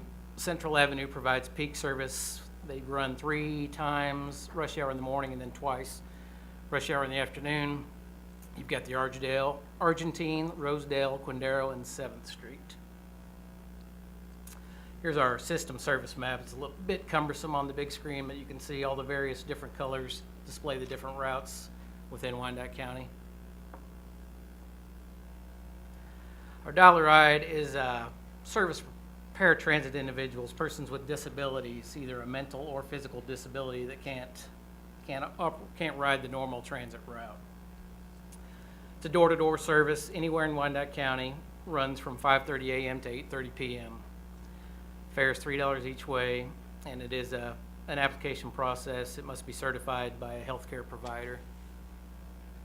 Demand response is a lot like Dollar Ride, but it's for senior citizens 60 years of age or older.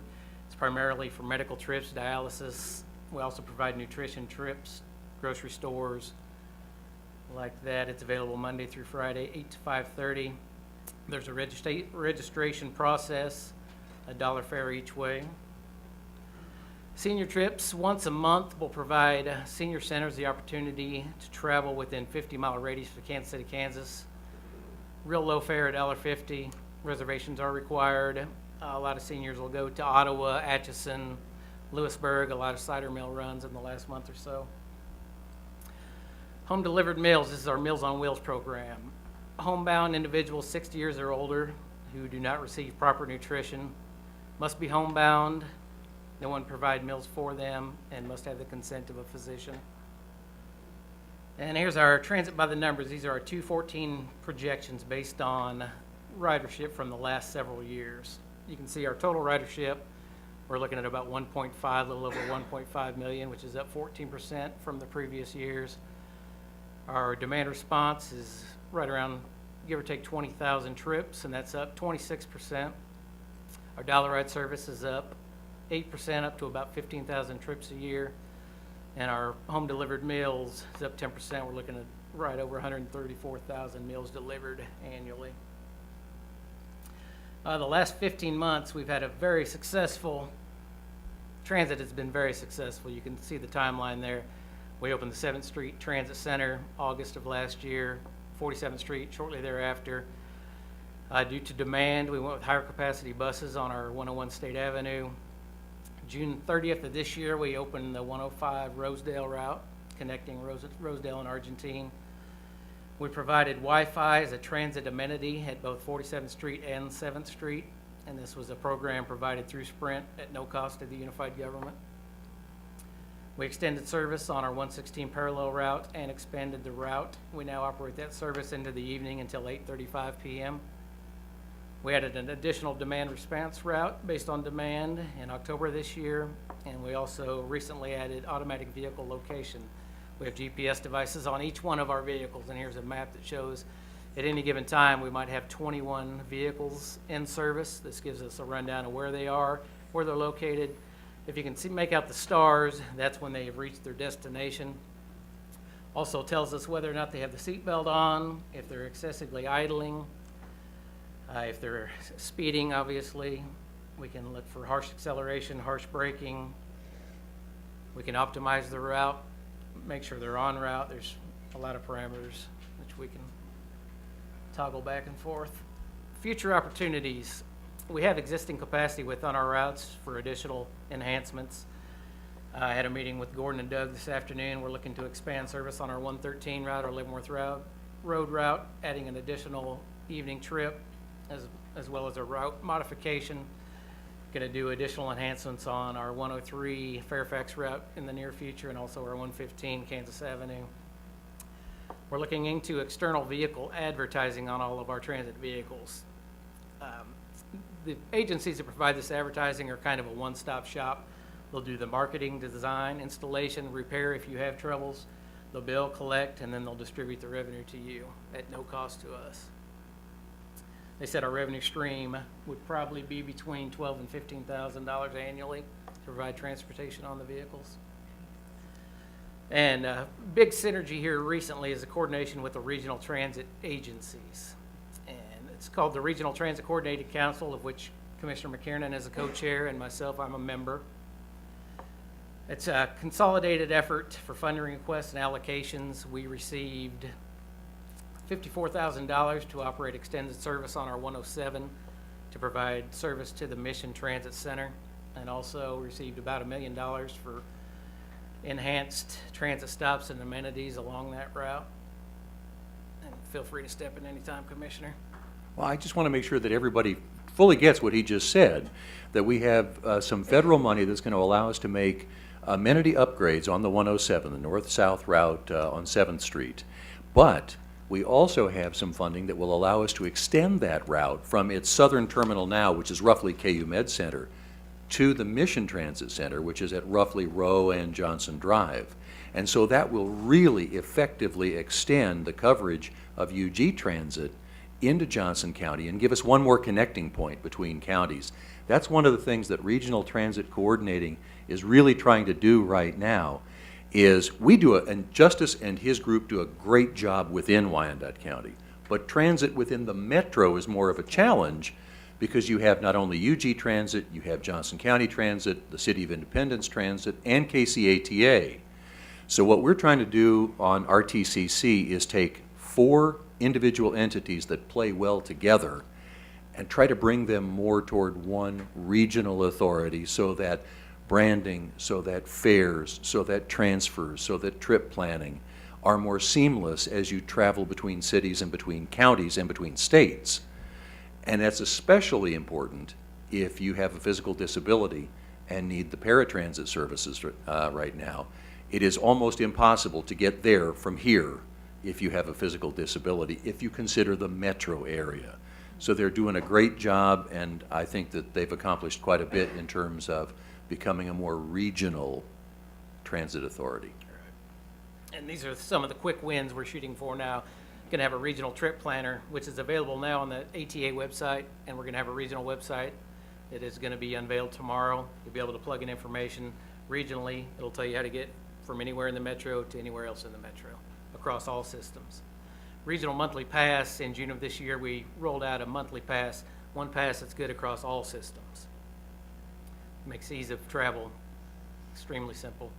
Regional travel training. If you're scared to ride the bus and you're a person with a disability, you can call a number. You'll have someone come visit you, basically a 101, show you exactly how to ride the bus, what you need to do, where you need to catch the bus. They'll ride with you to your destination, stay with you, and make sure you get back home. Just provides a class basically on how to ride the bus. Regional co-branding. And how much does that cost us? That's free. But somebody's paying for that. That's in our contract with the ATA. So we're paying for There you go. We are actually not Somebody's paying paying for We're that. not paying for it at this time. It's a complimentary service to Wyandotte County. So if I'm afraid to ride the bus, someone will come to my home and talk to me about that. And this is only for paratransit at this time. If I was a para, I might be afraid. Might be afraid anyway. Regional co-branding, as Commissioner McKiernan said, we have 4 major players in the area. We're going to provide a branding that designates each one of those transit entities as something you can travel in the metro area. We're still going to keep our separate branding, our UG branding. The Joe will have theirs, the metro will have theirs. This will be a regional logo, a coordinated logo. You see that symbol, you know you can hop on a bus and get from here to there. There will be a regional map, which is in progress to be developed shortly. It's not like the system map I showed you, the Wyandotte County map, but it will be regional for the KC metro area. And we're going to have a regional paratransit eligibility process. Right now, every player does their own eligibility for paratransit. This will be a one area, one person calls one number. Criteria is the same for all transit providers. Just ease of use for the system. So as a brief update, 5 minutes or less, transit's in a good place in Wyandotte County, and our wheels on the bus are definitely going round and round. So I welcome any questions if anybody has any. Commissioner Townsend. Thank you. I appreciated that presentation. It ties right into something that I wanted to talk to someone about, and this would be a great time to find out which particular entity is responsible. And I heard Commissioner McKiernan talk about money, so that's good news that's coming.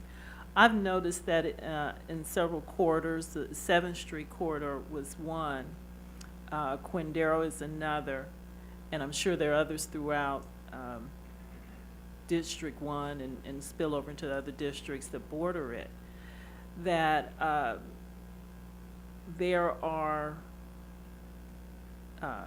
bus benches or bus stops with benches that are badly in need of repair.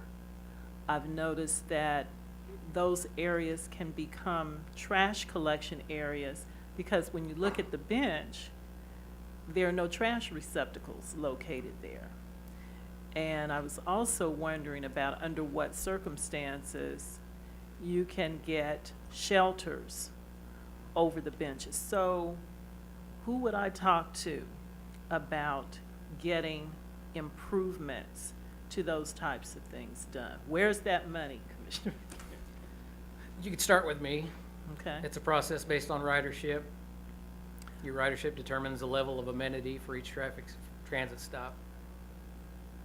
So the number of people that ride the bus depending on whether the benches are maintained or not? No, or maintain, there should be no issue with maintenance. Okay. And if you'd give me those locations, I'll get that taken care of. Thank you.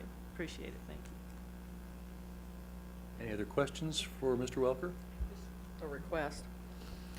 When you, because you say you're going to be updating a couple of routes, when do those go into effect? The Leavenworth Road will go into effect January 1st. Okay. And the parallel you just changed? Parallel we changed in October Okay. 1st. Can you get that information to me? Sure. Thank you. Justice, you do a great job. I've worked with you a lot with the new transit line between Argentina and Rosedale lately, and you do a really fantastic job. Thank you. And I just had one question, and that was to Commissioner McKiernan. Did I hear you right when you said now you're going to be able to go into Johnson County? Our bus line is going to connect with Johnson County's? We've gotten the funding to move forward with that, but it will not be for late 2015, I believe, or early 2016 that that'll get executed. Okay. Okay. Just because well, I just throw out there, and I won't belabor the conversation. We can talk more about it later, but we share a road called County Line, and we already have a bus stop on County Line. If Johnson County really wanted to connect with us, why wouldn't they just put a bus stop on the other side of the street? And I can't imagine that would cost a lot of money. So I'm a little cynical that they want to connect with us. But I hope I'm pleasantly surprised.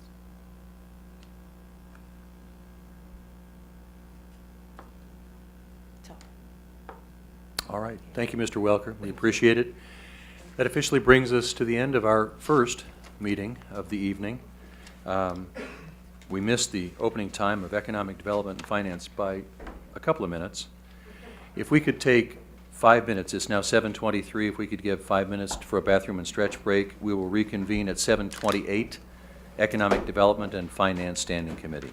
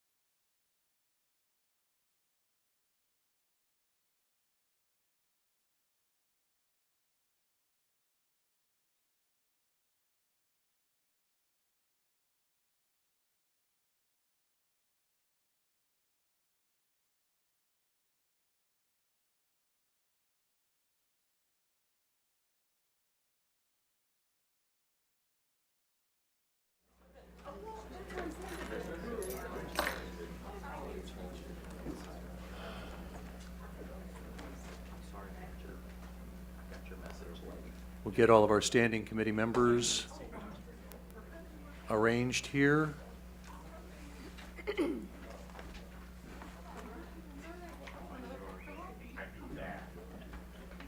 Great. We'd like to welcome everyone to this meeting of the Economic Development and Finance Standing Committee. Public comment is welcome. Anyone wishing to speak on any item during the Standing Committee agenda may do so when that item is up for discussion. If you could please get my attention, be recognized by myself, and then you'll come to the podium to make any comments. For accurate recording purposes and broadcast purposes, we ask that everyone present please speak as directly as possible into a microphone. Roll call, please. Roll call, Alby. Walters. Here. Regia. Here. Townsend. Here. McKiernan. Here. Silver. Here. The first item of business is approval of the Standing Committee minutes from September 29th, 2014. Move for approval. Second. There's been a motion and a second to approve. All in favor, say aye. Aye. All opposed, say no. Those minutes are approved as submitted. Brings us to our committee agenda. Item number 1 on our committee agenda is, or are, resolutions financing for various CMIP projects. Debbie Johnsher. Good evening, Commissioners. The schedules in this first item were presented to the November Standing Committee for information only, so we're now bringing back the resolutions for approval. I will just note there are a couple of changes. Schedule D was the list of marked federal aid projects. There's no changes to that schedule. Schedule E was the projects that were requiring an increase in authority. We have made one revision to that schedule. We've added the project Upper Connor Creek. There was an increase, when they did the estimates for that project, they came in higher than what they had originally budgeted. So that project is included there with the other projects. And Schedule F was, there were 2 revisions to that one. The West Height Benefit District has been removed from the funding due to the fact that they were not ready to proceed with the project. So that one's been removed. And the other change was to the elevator upgrades. It was a description-only change. What we ended up doing was we combined the 2014 resolution and the 2015 resolution together to make them just one resolution for both of them with all of the description changes that were needed. So there's no change in the amount for that one between 2014 and 2015. Do we have any comments, discussion for Ms. Johnsher? I do have one, because last time when we looked at Schedule E, Schedule D looks like it is simply approving things that we previously had approved in CMIP budget, correct? Yes, in the budget, the items in Schedule D were all listed as one line Correct. item in the budget to be determined, Right. and now we've broken them out Just to the breaking 6 it out. projects that were Previously approved. approved. Right.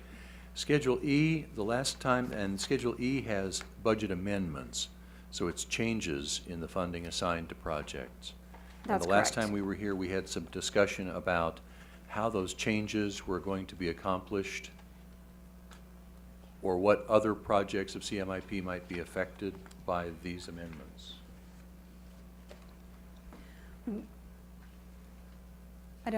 I didn't make any changes to the CMIP. What it does is this changes the 5-year CMIP plan that you approved along with the budget. That is what is changing. The amounts, we show the amounts that were approved within that CMIP plan. I think, yeah, we're not recommending any cuts, if that's where you're after, from other CMIP items. Namely like the Connor Creek, which is one of the larger ones, that's all under the sewer project area, so that's under that fund, which has money to cover these type of projects. It will affect our priority on different projects probably a couple of years down the road as we look at where we're going. Okay. But we're not recommending any reductions or cuts off any other programs right now. Okay. It'll just cut the timing for future years when we start adding other projects in based on the amount of money we want to put toward debt service in future years. So the request for action is to approve these resolutions for CMIP projects. So moved. Second, but I have a question. Yes, ma'am. Debbie, I'm sorry, I can't find it, and my computer's moving very slowly. You mentioned something about a benefit district, West Height? West Height. I don't have anything in front of me, so walk me through this. So the West Height was the next item on the next benefit district on the list to be done, and they're not ready? West Height is not ready? I think I'm gonna probably let Bill explain that as to what still needed to be done to move that forward. In the case to West Height, there's a lot of different scope to that, and it's really more of a staff preparation. We don't have the official benefit district petitioning done, and we found out from bond counsel that they don't want to sell temporary notes unless we've gone through that. So we're going to be working with West Height to get the details ready. The design of a project is such that it would simply roll forward their year 1 and year 2 into a single project that would be under construction by next year. We have every reason to believe that the West Height neighborhood still wants to proceed forward. We haven't been doing benefit districts for the last 6 years, and so just the mechanics of the process of a benefit district is something that we still have to get our arms around. So this doesn't indicate any change from the overall game plan. West Height was shown in the budget as having 3 consecutive years of $400,000 funding. We would anticipate simply rolling year 1 and year 2 together into a single construction project. And they're on the list of benefit districts, because I know we have a list now. Yes, we do. Thank you. And we have a list, so no project underneath that is more ready to go. No. Right, so this is an internal problem on our part, correct? This is just part of the growing pains of getting back in the business of doing benefit districts. Is there's an awful lot of mechanics to the setting up of a district, and we didn't realize the milestone we would have to be for temporary note financing. But it turns out it's going to work out fine, because it'll allow us to simply do a much larger project and combine the 2 years of funding and have all that construction planned by next year. Great, thanks. There's been a motion and a second to approve the resolutions for CMIP funding as presented. Any further discussion? Seeing none, roll call, please. Aye. Aye. Aye. Aye. Aye. Brings us to item number 2, which is a request for action on resolutions for financing various CNIP projects, the CNIP projects again. Ms. Johnsher. This item was also presented last month for information only. There is a draft included listing out the projects. It has been narrowed down from the list that you saw last month. There are still some minor clerical changes, that's why it's marked as draft, but we plan to submit the final draft when this goes to the full commission. And am I correct that you, since our last meeting, that Mr. Heatherman and others have been meeting with commissioners to try to refine that list so that this list that's presented to us tonight, in fact, represents the final list? I believe so. Commissioner Townsend. Thank you. Since we last met and had this presentation for information only, I completed my list of CNIP project requests. That was about November 20th. I do see that some of the requests are listed here. So my question is, what about those projects that I've identified that are not listed here? I don't want it to be confined only to this, but all of the things addressed in my November 20th and 21st request list, because my intention is to spend every cent that can be spent. So I don't know if we have to go back or what here, because this is not an exhaustive list for District 1. How does that work? Commissioner Townsend, I believe that Mike Tobin is arranging a meeting with you to go through the latest email. Some of those headings are broad enough to encompass the particulars that were in your request. And if there is, if there happens to be a particular line item that got left off, if we can have that meeting this week, that would give us time to make any amendments. I believe that the gist of your list is here. A lot of the particulars don't have to all be itemized, but if there's a particular item that you can afford that we left off, I think if you and Mike get that worked out this week, we can make any corrections if there are any to make. Okay, I would like to do this, and I'll get with Mr. Tobin, because there are some that are significant to particular segments of my constituency, and I don't want anyone nervous that the money is not there or those projects won't be funded.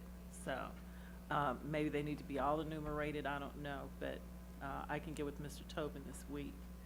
And then the final list would be presented when? Where is this gonna go? We would include it with when it goes to the full commission. Okay. We would, December 18th. Okay, that'll be enough time. All right, thank you. So do we need to amend this then, or what does that do to this, though? That would be my question for you, Jody. If the draft as submitted does not, Mr. Heatherman says that he feels that there's enough flexibility, or that the major headings of this draft do cover all the potential projects, is that correct? Yes, for example, you know, a number of the particular items related to amenities at John Garland Park, some of them are very particular, and we've included John Garland Park improvements with the general categories. I do believe, Ms. Townsend, with regards to your particular list, I think after you and Mike have met, if there is an amendment to make, it's probably 1 or 2 sentences at the most. I believe it would be appropriate, unless Jody feels differently, if the commission votes to approve, or if the committee votes to approve to send this to the full commission, we can always make a report to the commission about any amendments if they turn out to be necessary. But we think that we have brought forward all these various ideas to the level that have normally been needed for financing purposes. There's an awful lot of details for design purposes that don't necessarily get entirely fleshed out in this. And I don't believe there's a particular reason to need to be real hesitant tonight. It's always been understood the individual commissioners need to sign off on what we have here, and I think we're pretty close to that finality. Okay. I appreciate, as you said, the level of detail with some of the ones named. I guess I was a bit apprehensive because there were a couple of different projects not named at all, like the Dunbar marker. We talk about Parkwood improvements, but there were some other requests. Rehab to facilities at Edgerton Park. There were some sidewalk improvements shown on the first page at 47th and Parallel, but there are also requests for sidewalk improvements in Parkwood, and then requests for light pole locks for Call Point Park. So those weren't addressed at all, and they weren't really, I guess, design issues. So as a separate category or project, that's what I was concerned about. Understood. At least one of those was actually approved, and the Dunbar Memorial was already authorized in the 2013 program, so any tweaks to that one don't get reflected. But I think when you and Mike sit down and are able to go through this latest email, I think you'll find that we did cover things, or if there is 1 or 2 omissions, it'll be more direct simply to make those after that meeting. Okay. Yeah, I think the only concern, we can get all those issued out, so they'll be in the agenda that comes out for the 18th meeting. I think the only question would come about as to whether or not this would be included under consent agenda, or we felt like it needed to be set aside so you would see this and call it out because there were enough changes from what was forwarded with the standing committee. But I believe if we approve it tonight, noting that we're going to make sure and add those additional projects that Commissioner Townsend has mentioned tonight, if it's appropriate, you probably would not need to do so. I mean, you would need to approve it. I'm just saying it might not have to be set aside for the consent agenda. But they would need to be listed out in the item that we present to the full commission, so you would look in your agenda package and see each item listed. Okay, that's fine, as long as they're by the 18th shown, and we'll have those discussions. That was my concern tonight, that this would not be the final listing. So, thank you. So the request for action is to approve the resolution for financing CNIP, but it sounds like the motion would come with the amendment that the final list would be presented prior to the commission meeting on the 18th. I like that language. I think I just made the motion. Yeah. Is there any further discussion on this item? Seeing none, roll call, please. Roll call, Walters. Aye. Murguía. Aye. Townsend. Aye. McTiernan. Aye. Philbrook. Aye. Thank you. Item number 3 is a resolution authorizing the offering for sale of notes and bonds, again presented by Ms. Johnsher.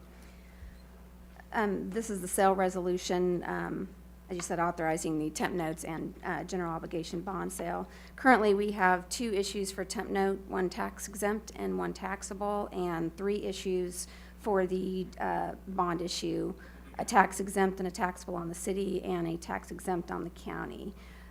All of the projects that are being approved for these issues were approved either in the current year CMIP or in a prior year. And within your packet, there is a list of those projects that are included with each. The list may not be final. These are all the projects that are going to be included. However, some of them may move from temp notes to bonding when we do the final look at the projects. Move for approval. Second. There's been a motion and a second to approve. Any further discussion?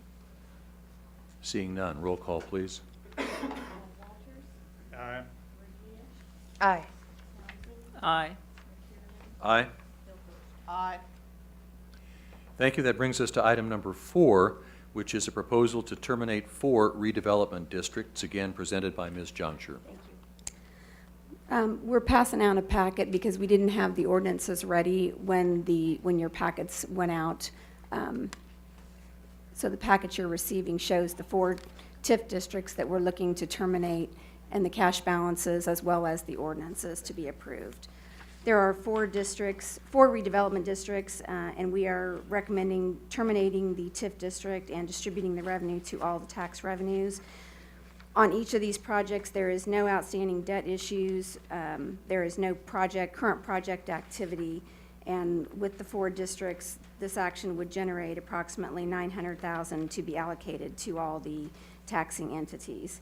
The packet that you got, the top page shows the 4 districts and the cash balances that are within each. You can see Freeway and Tremont are the 2 largest. Their 20-year TIF period for both of those is set to expire within the next several years. Freeway is 2016 and Tremont is 2018.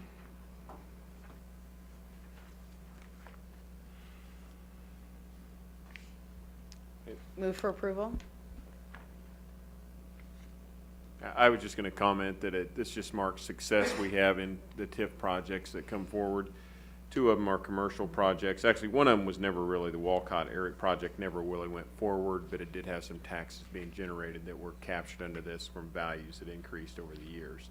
But the others are all successful developments that have completed, paid off the originally intended TIF, and are now generating revenues over and above which we would not have received had we not done the TIF years ago.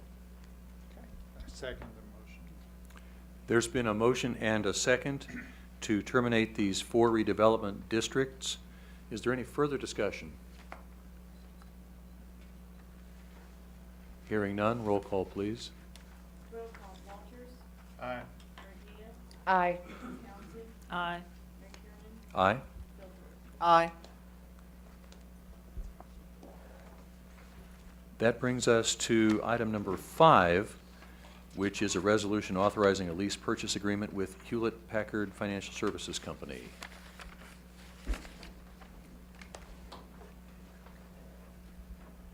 Good evening, Commissioners, Administrator. I'm Todd Kinney with the Department of Technical Services. We're here this evening to seek the Commission's approval to enter into a lease purchase agreement with Hewlett-Packard Company to replace our existing storage area network. Move for approval. It's consistent with our CMIP budget. It's what's been budgeted. We talked about it during budget hearings, so Right. Why it's here is because it's a lease, and that obligates you to multi-year, which I'm not able to do without coming, on my administrative authority. Second. There's been a motion and a second to approve the lease agreement. Is there any further discussion? Hearing none, roll call, please. Aye. Aye. Aye. Aye. Aye.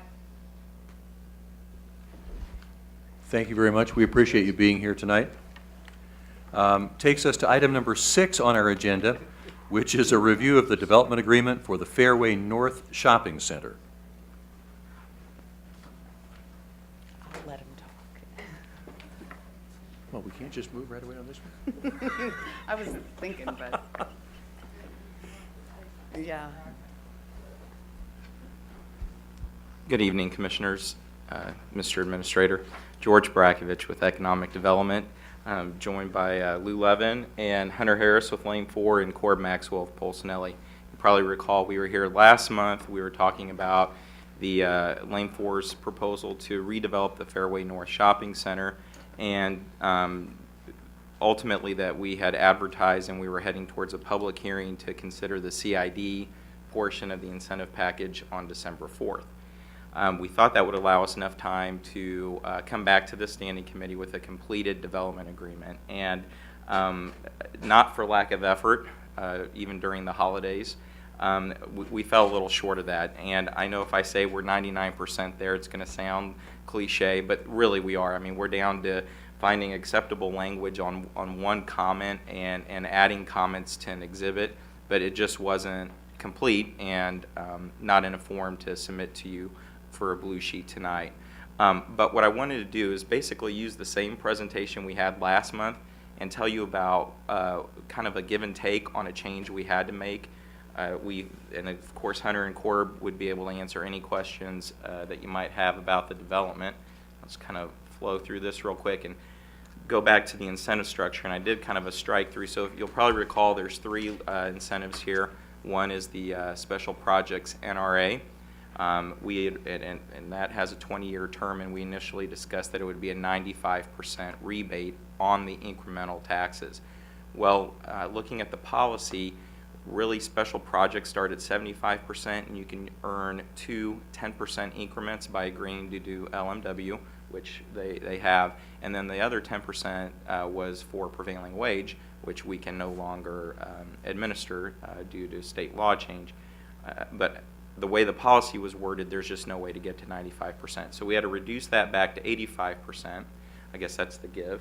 The take then is under the sales tax rebate. You'll probably recall we discussed under Home Rule Authority, we can pledge a portion of the UG share of sales tax back to these projects. So we discussed a 20-year term. Initially, within the first 10-year term, 100% of that increment would go to help pay for the project. And then the last, or the second 10 years, there would be a 50-50 share of that increment between the UG and the developer. What we had for that first 10-year term was an additional provision that said 10 years or until this project generates, or until this center generates $3.5 million in annual sales. So to try to make up for the, I guess, the loss on the pro forma from reducing the NRA rebate, staff is recommending that we strike through the $3.5 million in annual sales and just leave it at 10%, 100%, 10-year, 100% increment, and then a 10-year 50-50 share. Otherwise, the CID remains, the request is a 1.1% sales tax add-on, again, 22-year term. And then that $1.9 million cap is the incentive value cap for both the NRA and the sales tax agreement. So those adjustments to those 2 incentives had no effect on that pre-negotiated $1.9 million cap. So that's the extent of the changes to the term sheet. Again, I apologize for not having the completed development agreement for your review tonight, but again, we will have a public hearing, a scheduled public hearing for that this Thursday evening, and you should be getting that document in time for that. The good news is it's not a 500-page development agreement. It's much smaller than that. I think we're open for any questions. One question that I do have is that the CID at 1.1, that seems big for a CID. What's it make the total tax? Just shy of 10%, Commissioner. I believe it's Okay. about 9.85 or somewhere right around that's there. correct. Something like that. Yeah. And I would assume then that as you've looked at this, that you're reasonably confident that a CID of 1.1 is not going to negatively affect future sales and future revenues at the shopping center. You know, I think Hunter addressed this maybe a little bit last time. What we've really seen in these is that big ticket item retailers will reject it and have an issue with it. That you can end up having the Best Buys or car dealers have a significant concern with that. We have not seen sort of more of the small shop retailers, the food retailers, you know, the restaurant type retailers have a real issue with that. We're going to be competing against, frankly, projects, the Woodside project, the Country Club Plaza, 39 Rainbow. We're going for a little bit different tenants, all of which have a CID on it. So we think that we're still very competitive within the market and with those shoppers that would be using the center. So we feel confident in it. If we saw a rejection by tenants and or a rejection by the populace out there, that may be something that we would have to come back and try to lower. But we feel that the market will sort of accept this at this point. We're willing to base our financing upon it. And so if it would come about, I guess my question is, does the UG back some part of the financing for this? Yeah, it's a great question, Commissioner. We really premise this whole deal on pay-as-you-go financing, no bonds, no special obligation bonds, no GO bonds. Lou's not really involved with this transaction except for the front side of it here.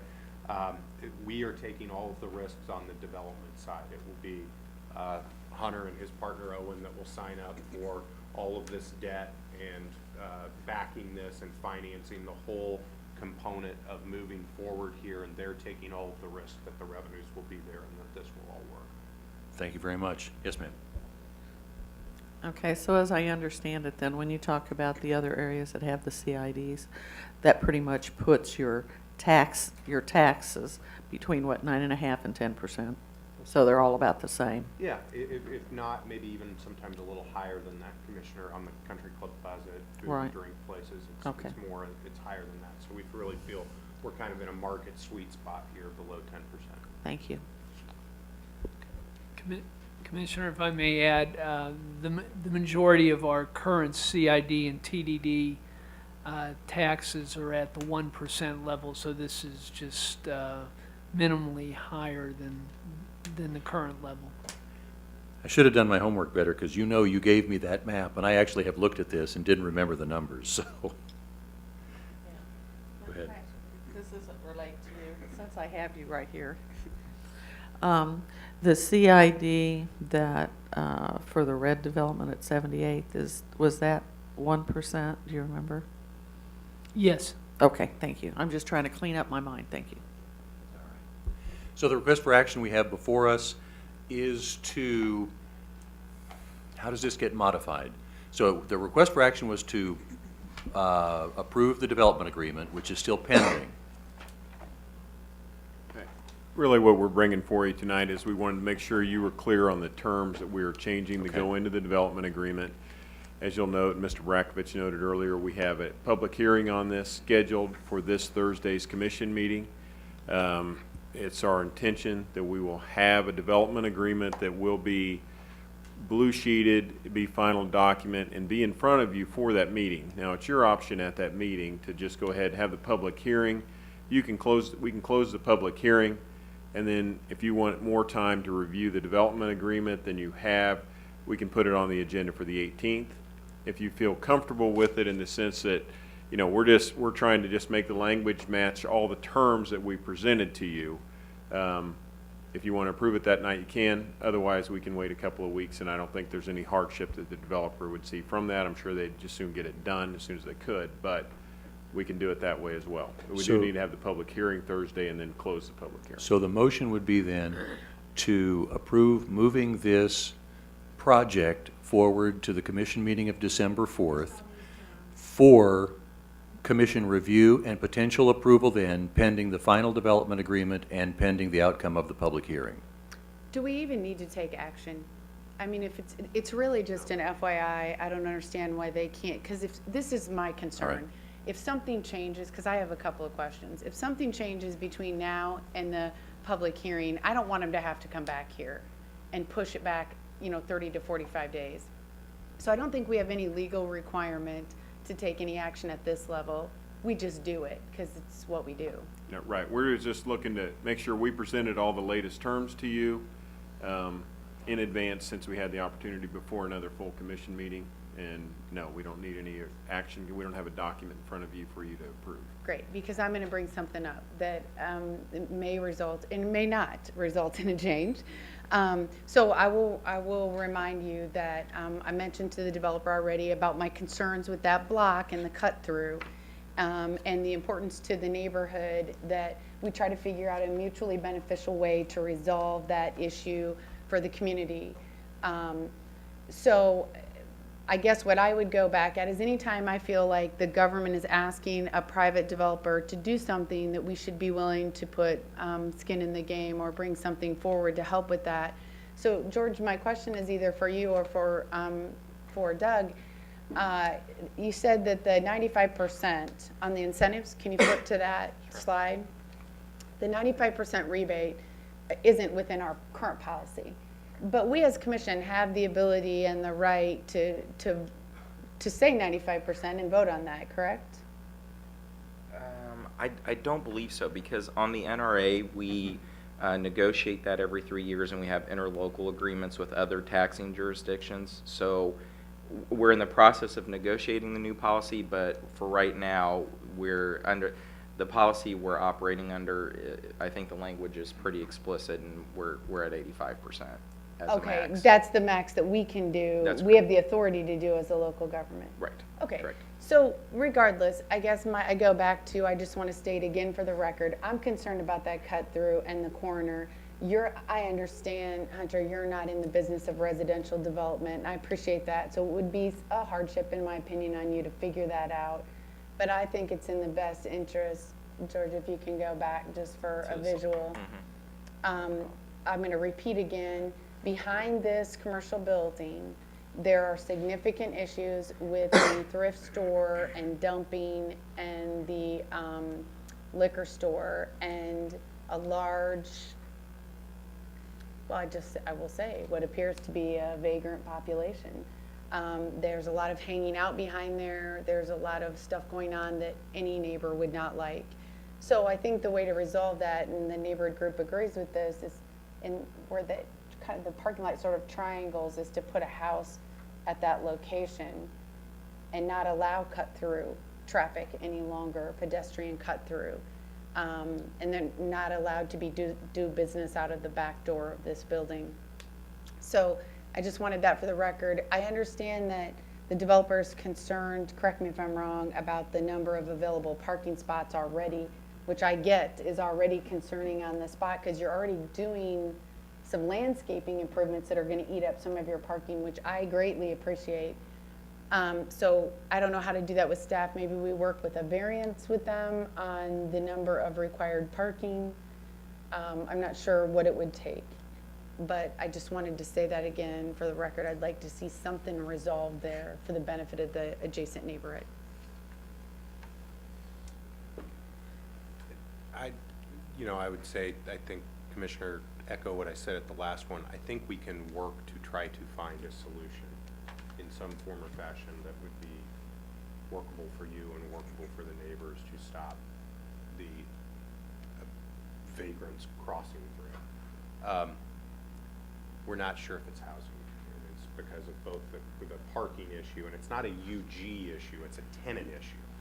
We're light on parking for tenants, so our ability to bring in new tenants is based on having that parking, and so we're concerned about some of the elevation issues. I know you've been back there and looked at it, and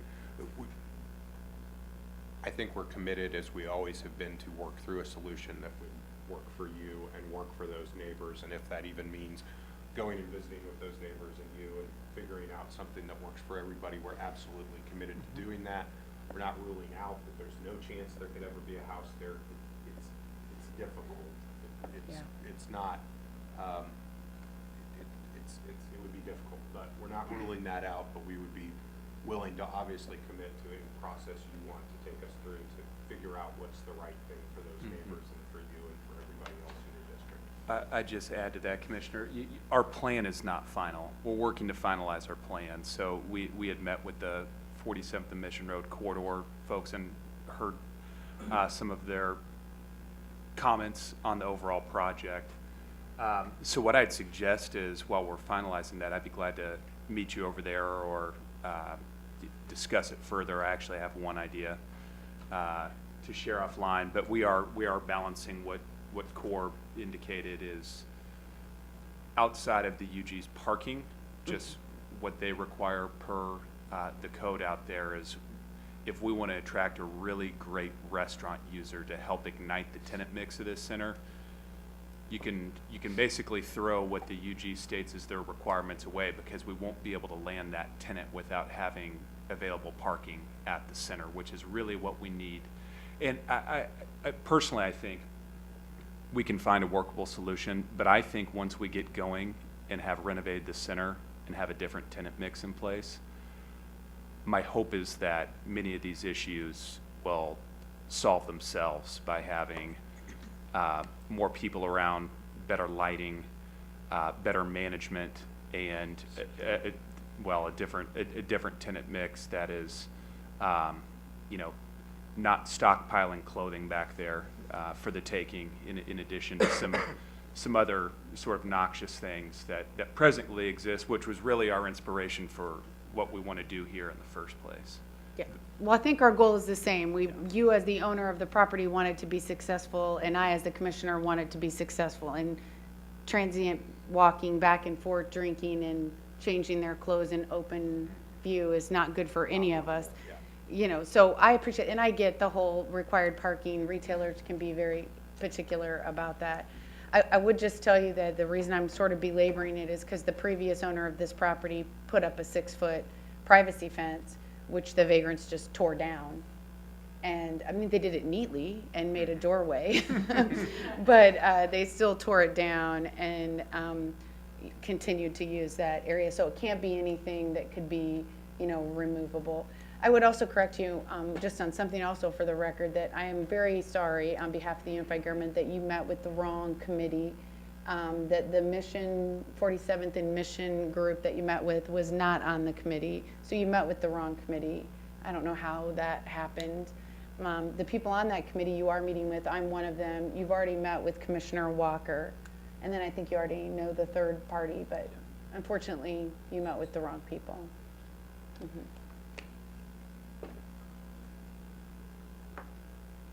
Any other discussion of this issue? So it sounds like there is no motion required tonight, simply that this development agreement will be brought forward to the commission meeting of the 4th for consideration at that time. Is that correct? Thank you for your time. Thank you very much.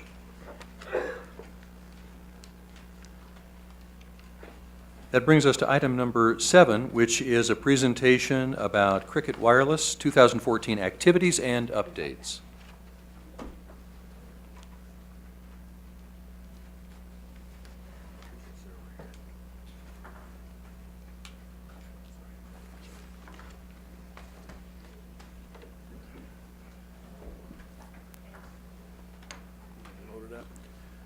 Good evening, Commissioners and Doug. Here today to talk about the Cricket Wireless Amphitheater, the amphitheater that we own. I just wanted to take this opportunity for information only at this point, but just to reorient this committee with the amphitheater, its recent performance, a little bit about the market, entertainment amphitheater market, and then the condition of the facility and talking about moving some things forward in the future. So we first want to start with a promotional video that they're currently using to promote the facility. So I'll go ahead and start that.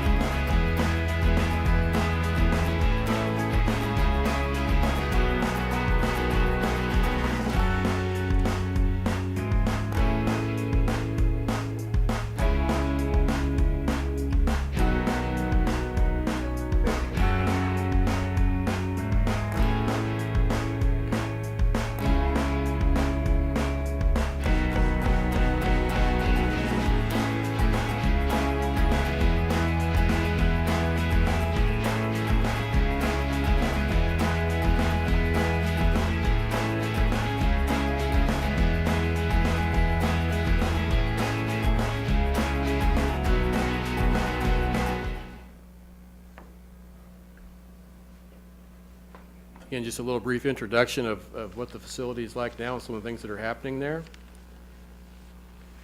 First, I want to talk about our operations agreement for the amphitheater. To my right here is Chris Fritz. Chris is with New West Productions Incorporated. He's been our facility operator since 2008.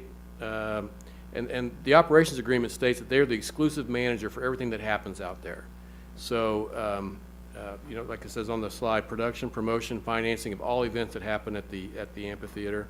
We do receive an annual user fee from New West Presentations of $85,000 in 2014, which has already been paid.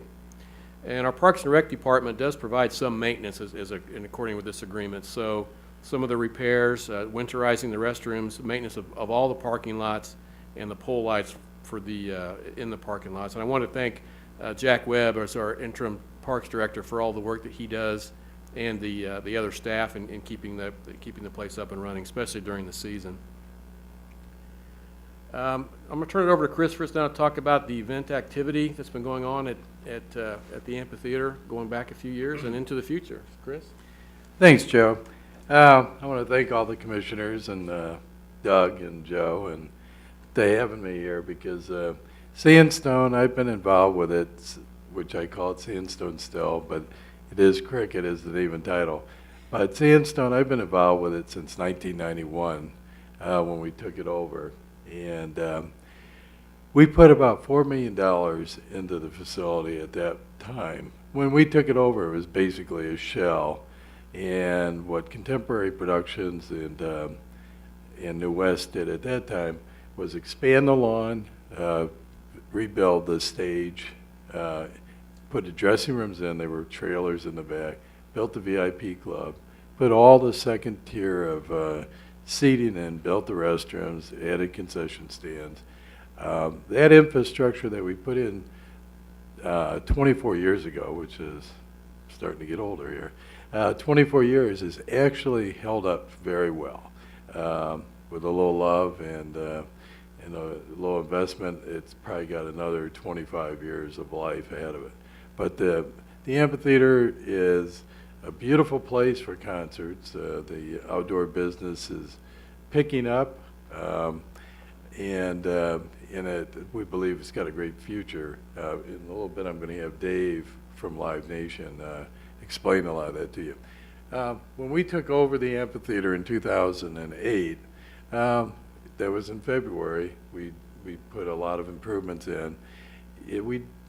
And also we were competing with the Sprint Center opening in 2007, so they were the hot new venue downtown, and everybody was planning on playing there.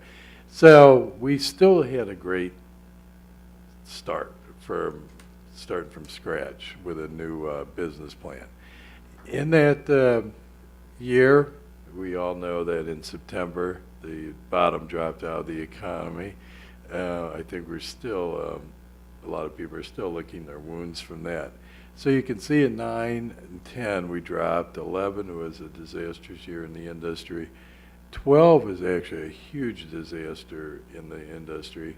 Subsequently, in 12, we said we got to change our business model, our plan, and what we're doing. And in 13, we implemented a new approach to our business.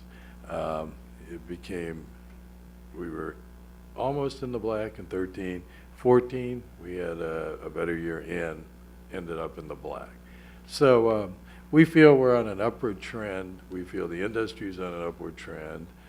We've got great partnerships with a lot of promoters now that we cherish. And we think there's the amphitheater has a good future ahead of itself.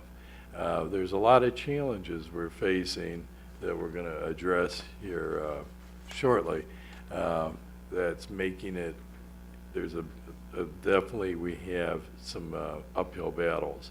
And that's what's happened over the last 3 or 4 years.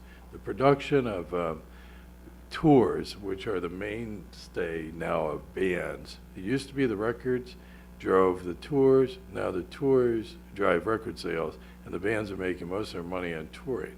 Well, with that competitive nature, just like we have a competitive nature with the Sprint Center, Starlight, Power and Light, Crossroads, Midland, Uptown, which are all nice new facilities. Bands, they have to do the same thing. They have to come out with huge productions, huge shows, and over the last 4 years, we've been losing attractions. Can't attract the real big acts anymore because our stage height is way too low for the rigging. The width and the depth are fine. So one of our plans is to raise the roof by 15, 20 feet. Also, the seats need to be improved. The place needs a nice makeover. We heard you might think of this as an old car. You can only put so much STP in it, and eventually it's not going to run. But we think it's still got a lot of life if there's some, a good investment made back into place. And just a note, because we know that the amphitheater can pay its way for any improvements and any funding. Just like when we took over the amphitheater in '91, there was a huge debt service that we inherited. From '91 to 2006, all the debt service got paid by Contemporary Productions at the time. And it was SFX, which became Clear Channel then, which became Live Nation. Because we sold our part of the business in 1999, and that's where Live Nation ended up taking over to 2007. But we think it's a big plus for the community. We think it enhances the Legends and all the surrounding areas, and and also we're the largest in front of house building in the city. Sprint Center in front of house holds about 13, Starlight's about 8, Power Light's small, it's 6. And so we can actually, in a reserve situation, hold 17. In a GA situation, we can do up to 20,000 people.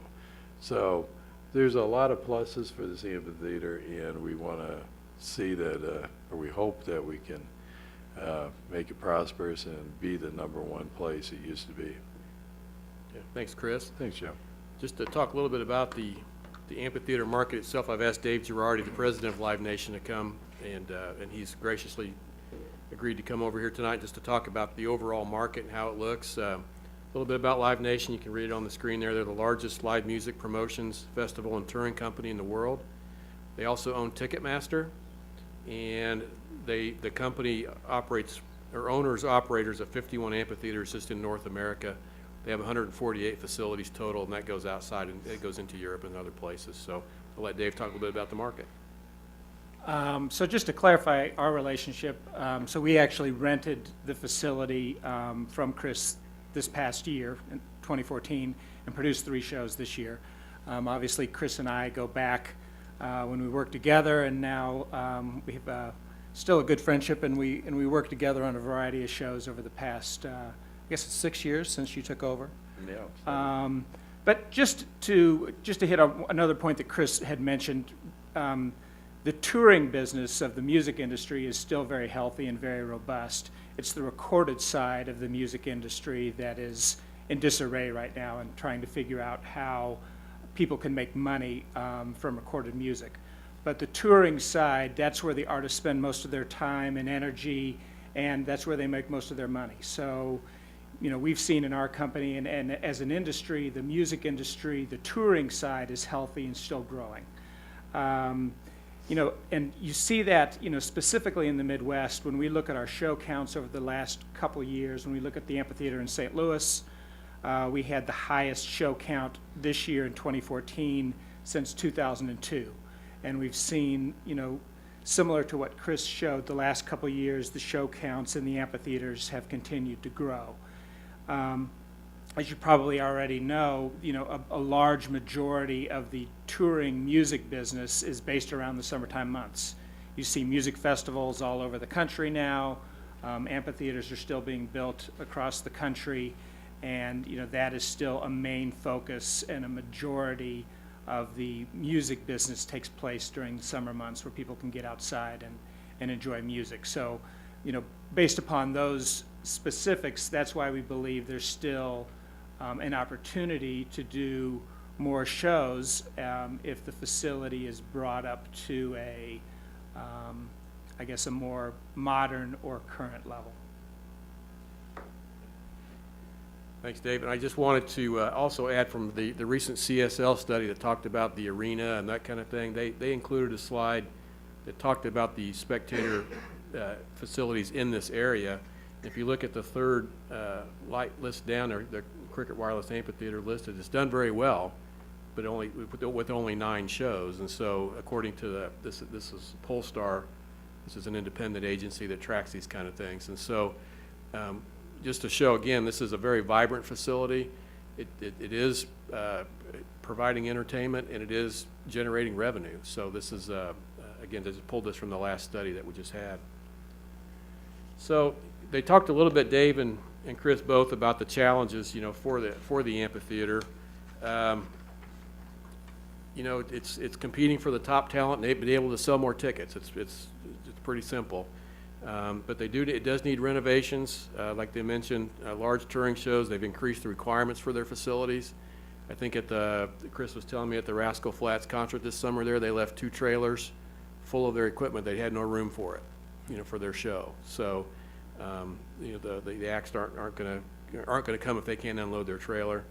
And then concert attendees, you know, you want to go to a nice, fresh-looking facility. And then we need to address some basic safety issues that exist out there at this particular time.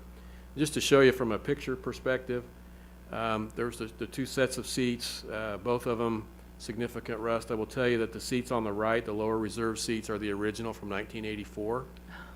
So they've been there a while, still working, still doing good, but you know, that's a while for seats, probably past their existing life.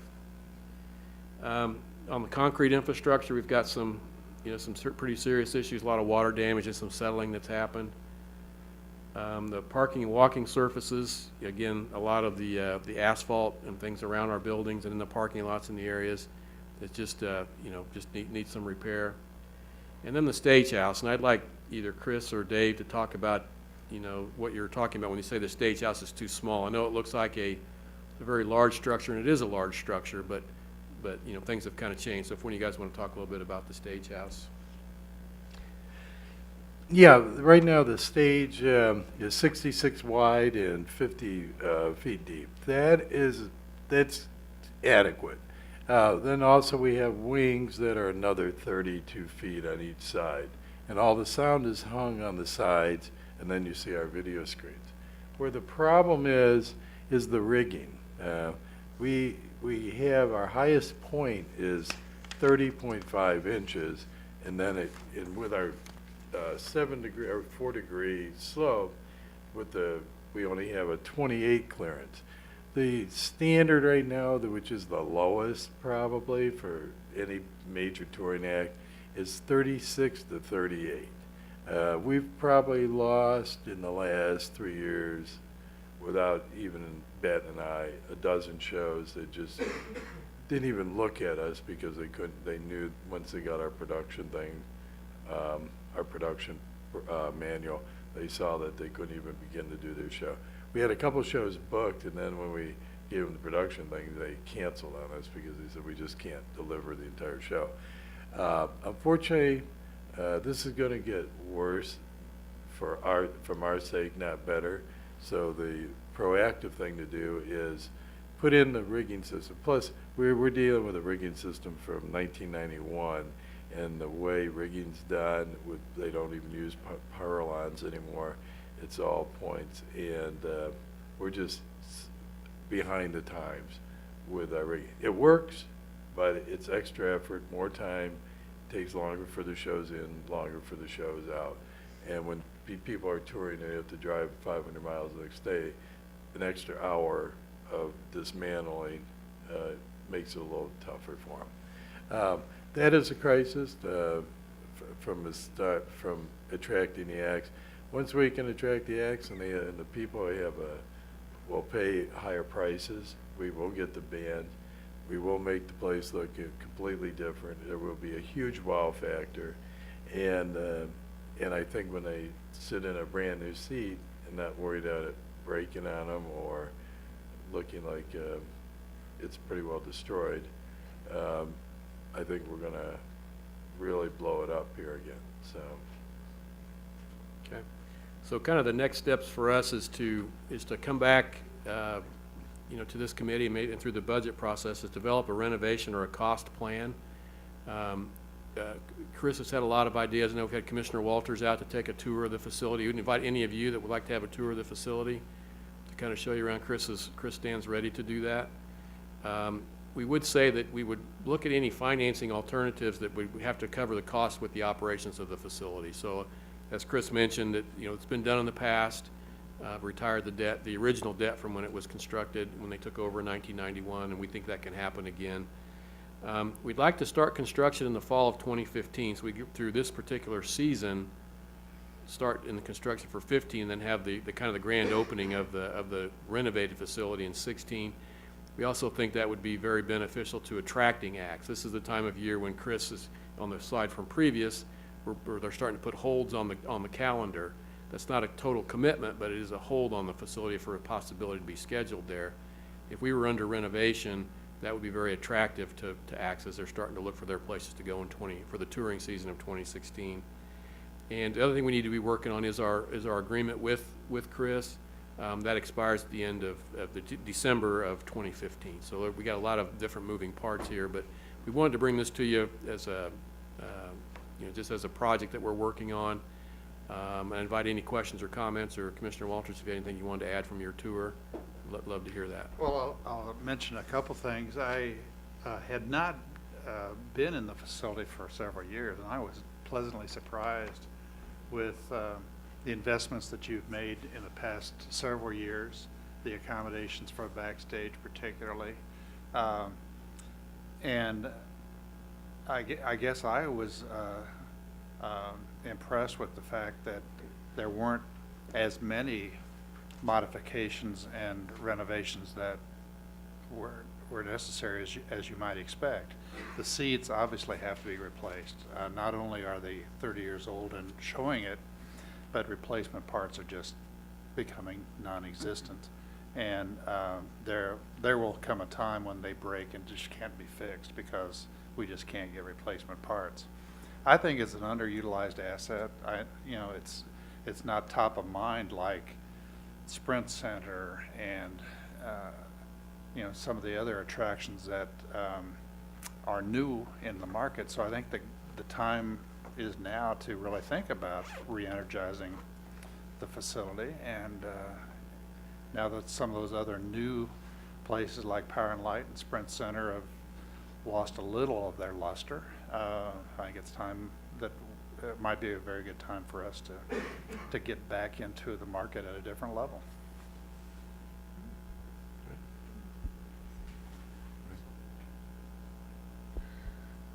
Did I miss it, or was there a dollar amount hanging around in there? No, that would be bullet number one. Yeah, We have I some- see that, renovation and cost. We want to come back with that because I think that as we get more people looking at it, more things that we could do, Get be more more ideas. innovative. Yeah, and we, you know, talking with Dave and with the others, we're starting to get different ideas about the stage house, and so we want to put that all together in a package. So that's- you're in that's fully- brainstorming mode now? We are. So, okay, that's great. Commissioner Townsend. Thank you. Nice to meet both of you gentlemen. With regard to the money, a couple of questions. One, I guess our agreement called for a payment to the UG of, was it 85? Yes. yeah, this year it's 85. Next year it's 90.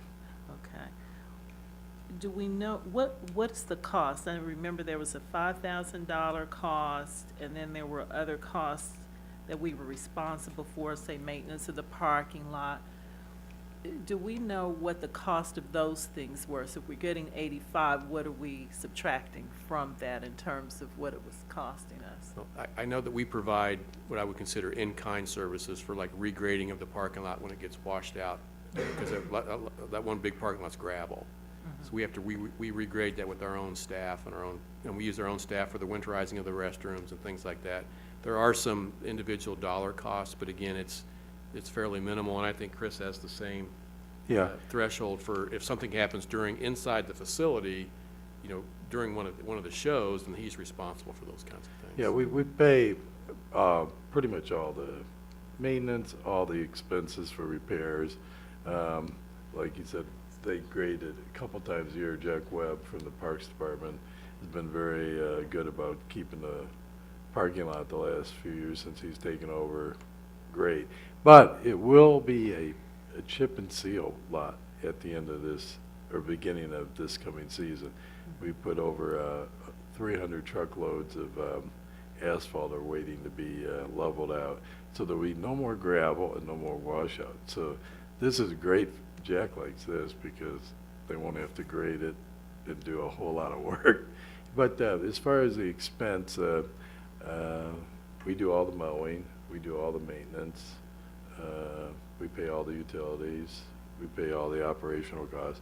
It costs us approximately $650,000 to $700,000 a year to operate the place, minus show costs, which are somewhere upwards in the neighborhood of anywhere from $1 million to $2.5 million, depending on the number of shows and who they are. You mentioned that between the 2012 season and 2013 season, you implemented a different approach. I was just curious as what that was. When we took on the amphitheater in 2008, it was pretty much exclusive New West and Mammoth, which are one of our partners. I think he's still back there, Jeff Fortier. Mammoth has been our biggest promoter and supporter of the amphitheater since we started the program in 2008. We came to the conclusion, all of us collectively, this wasn't in a vacuum, that it would be better if we open up to more promoters. So in 2013, Dave came in. I think we did John Mayer together along with Mammoth. And we brought in a couple of runs, promoters that produce runs. And the whole idea was to bring a broader array of talent, a broad array of attractions, and also other competitive promoters. We didn't want to be the guys doing all the promotions because then other people were resistant.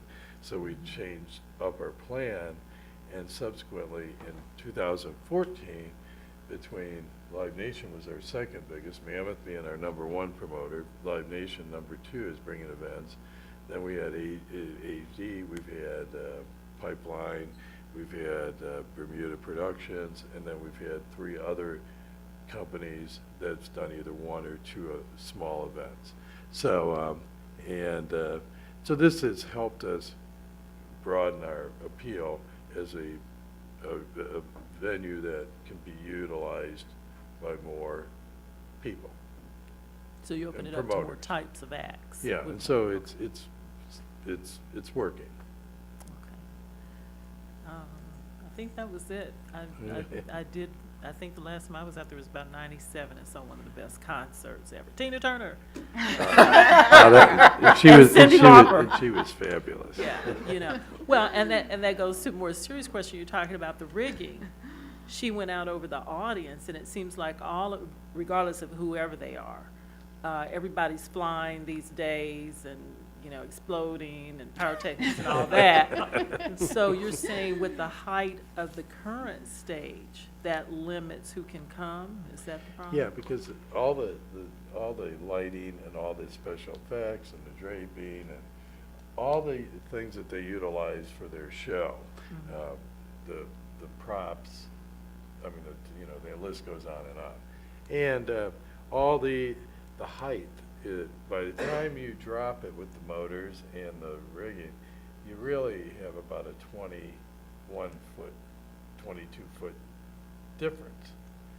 And a lot of people, then you put a riser, now they're only 16 feet away from the bottom of their lighting system with the top of their walkways. And some of these walkways are 12 feet in the air. And then you've got the LED boards, which are giant displays that they need sometimes 30 feet just for that, and then they have to be above the risers, so you need 45 feet to put these giant LED panels that sometimes go.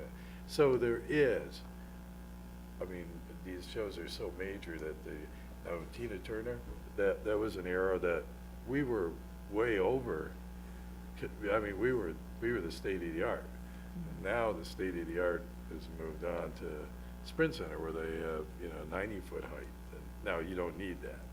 That's a lot of extra cable speed run, but that's just, it's changed. And the ask that you're talking about with respect to the seats, you're talking about completely replacing all of the seating that we saw there? Yeah, all the lower seats, we kept a lot of seats when we took out the pit. We made it a pit because it's become the new criteria for a lot of bands to play, especially for the younger 18 to 35-year-olds. That seems to be the way it's going. We also can put seats back in there. We do portable seating, just like Kemperwood did, and just like Sprint Center does.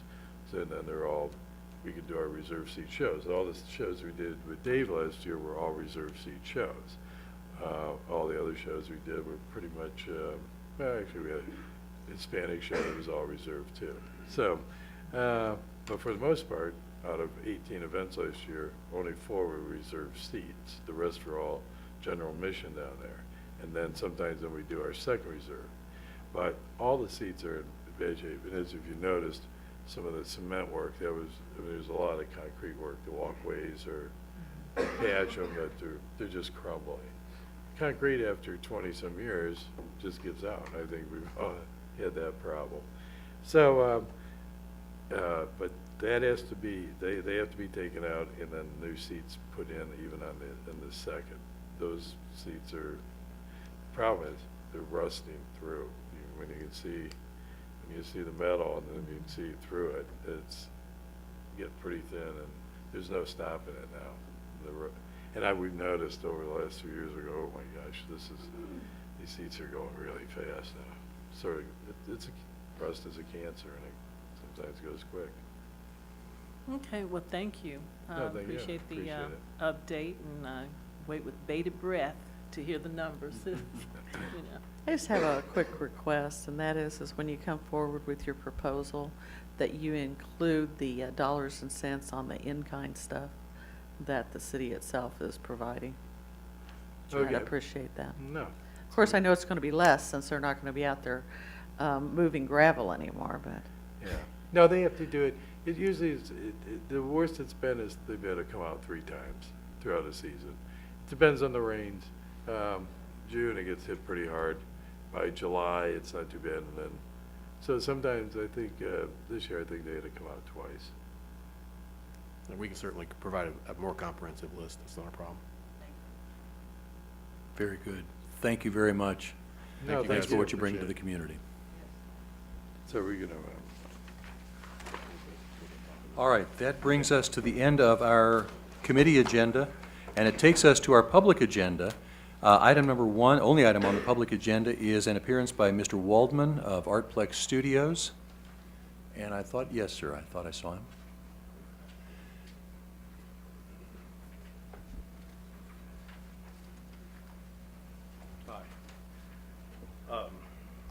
Absolutely, and we thank you for being here tonight. Sorry you had to wait through all the rest of the meeting. Typically, when we have public appearances like this, we do ask that the person limit them to 5 minutes of presentation. Okay. So if you can do that, if you can't, please let us know, and we'll consider to extend the time. All right, thank you. Ladies and gentlemen of the committee. If you could pull that microphone down just a little bit, there, just pull it, there you go, thank you. Ladies and gentlemen of the committee, I appreciate this opportunity to discuss my situation.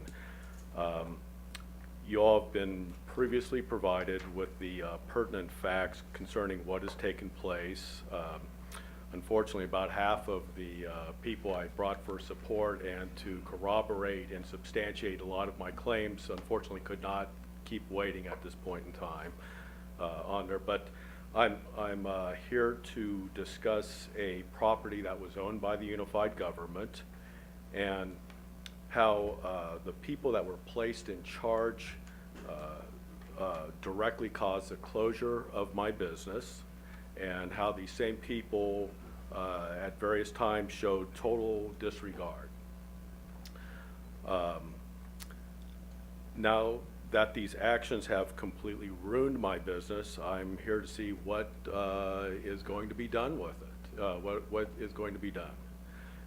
Simply put, I felt I was cheated in the presentation of this lease.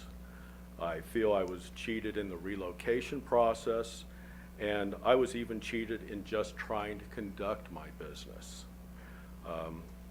I wish to remind everyone again that this was a business that only a few months ago had just arrived there to expand the business and to hire additional employees. Now both myself and my employees are unemployed, basically broke, and when only a few months earlier we were contributing to your community. I have no legal recourse except for this council. As stated in the fact sheet, any litigation is both prohibitive in expense and time, and I'm sure that is a fact that is not lost on North Point's legal team. Their lawyers will say that there is language in the lease to annul any promises that were made to me, and also to allow any of the tactics they tried to use to evict me at this point in time. However, does the city, by its association with these people, want its message to small businesses interested in coming here to be is not only can we screw you over, but we can get away with it? I've really got no desire to hamper this project. I have nothing against this project in any way, shape, or form, but the process of this project absolutely ruined my business.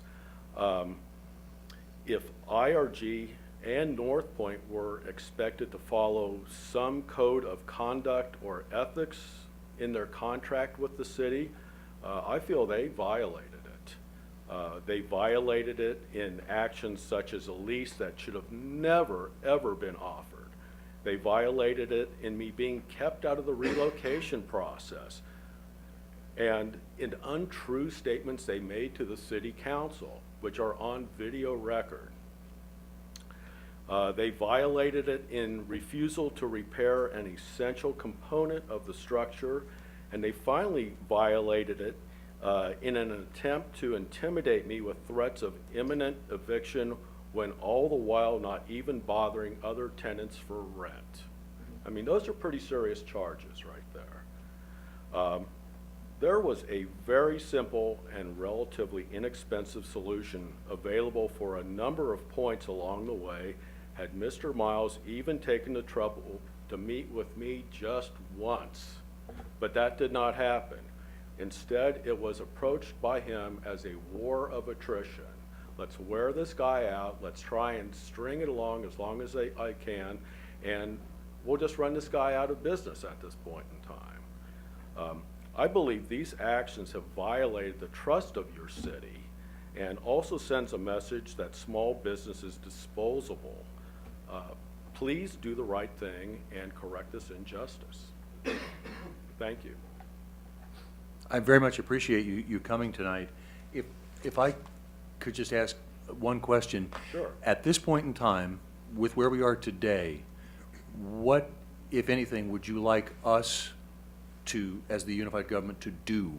Well, as I don't have privy to what your contract is with North Point or IRG, I don't know if you have an ethics code. I don't know if you have any type of rules of conduct that are sent into a contract when people contract with the city. But I would like to see them fined to the point where I am compensated for all the loss I have suffered at this point. Okay, so ultimately, you would request compensation for losses suffered as a result of the lease? Yes, yes, I would.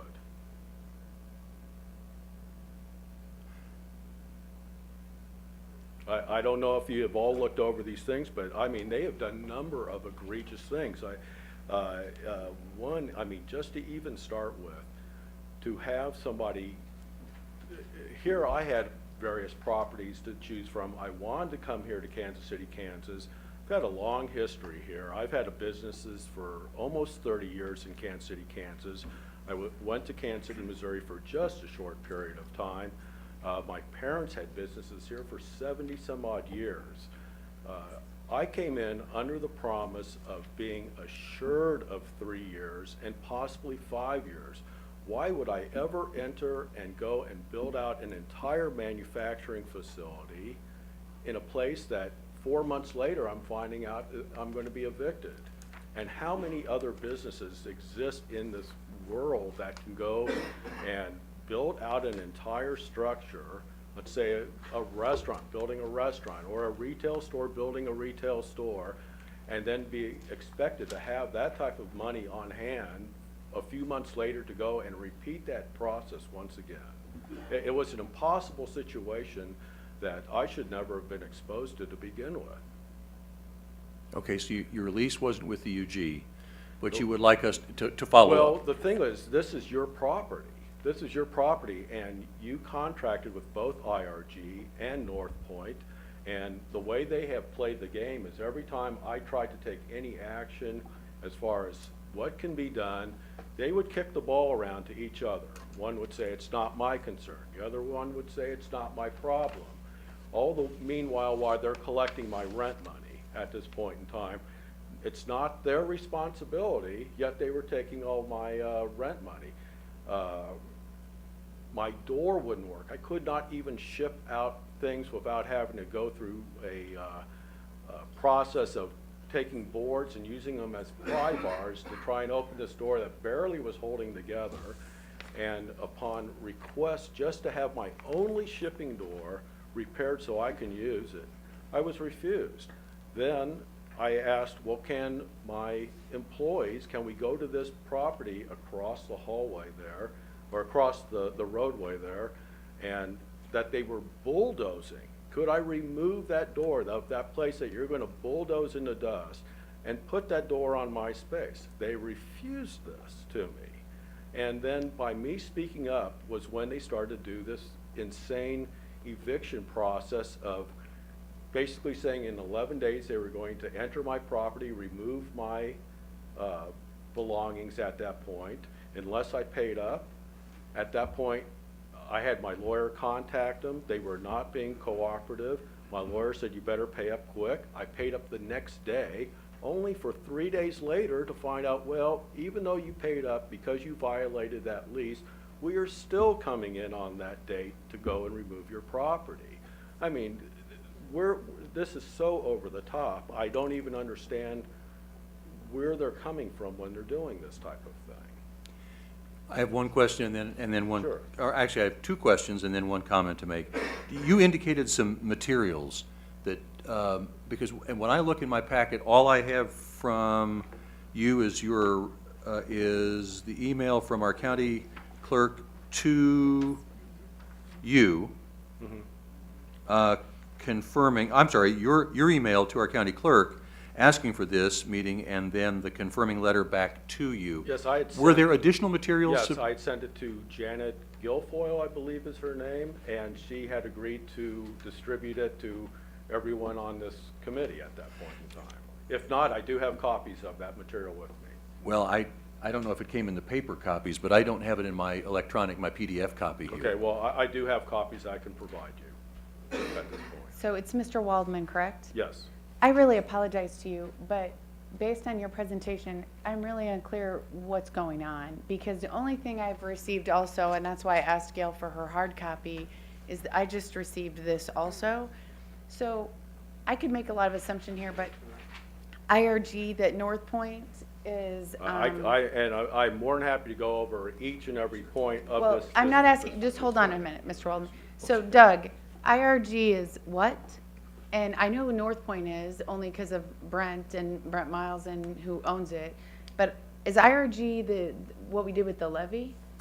No, IRG was the original company. We did the lease with for the redevelopment of the public levee.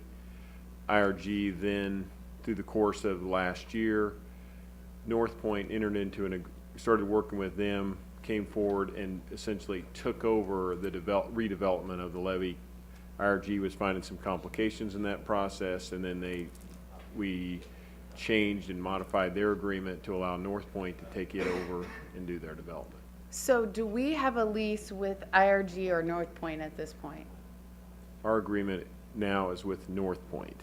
So the unified government still maintains ownership of the levee, and we have a lease agreement with North Point. Right. North Point is the one who's doing the redevelopment. I believe Mr. Waldman's agreement was with IRG for leasing space on that site, you know, which we went out publicly a few years ago and started talking about our intention to clear the site, redevelop it all, move through it, and that's where IRG came in with their redevelopment plan, which showed a phased demolition of the successive buildings down there as they would start to do redevelopment in it. And then they entered leases. I believe most of them were on temporary or 30-day basis, you know, like that, as they would move through them so they could cancel leases and such and eventually be able to have the tenants out as they did a complete redevelopment. I don't know all the details of Mr. Waldman's case. I know they had phased redevelopment plans, so they weren't planning or didn't think they would probably be redoing it all within one shot. Certainly that was within their right that they could do that within our development agreement with them. And then when North Point took it over, they found a very aggressive approach to it, and that's where they came in to say, we need to move in and move through our leases and do a complete redevelopment of the site at one shot, and that's our best opportunity And for these redevelopment. negotiations were taking place before I had even signed a lease. The other point that is just glaring in this situation was no other tenants that were in this place were able to re-sign their lease. Now, why was no other tenant allowed to sign a lease, yet they went and lured me into signing a lease? That does not make sense. And this is the problem that I find myself in right now. I don't have a good answer to your question because I am not really familiar with the particulars of this. So if I could get, and actually, if Janet already has the information, then we can simply distribute it to this community. What I can tell you, sir, is that we will get that information, and I, on behalf of, or the entire committee, will follow up with our staff to determine all the particulars of this case to the best of our ability, and to see what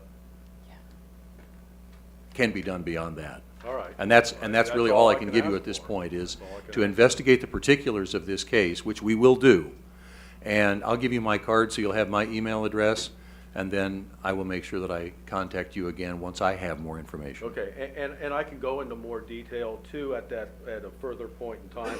I tried to keep everything fairly short as far as with the various points, but and I tried to even leave out things that I could not corroborate, but it goes beyond even any of the things I've mentioned and any things that are on these sheets right here. And it was just, there was just never, ever once, even a moment to try and do anything except try and just steamroll me over in this entire case here. All right.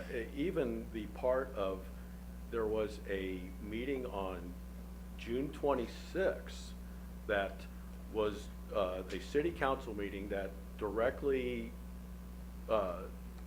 talked about this particular situation for the tenants.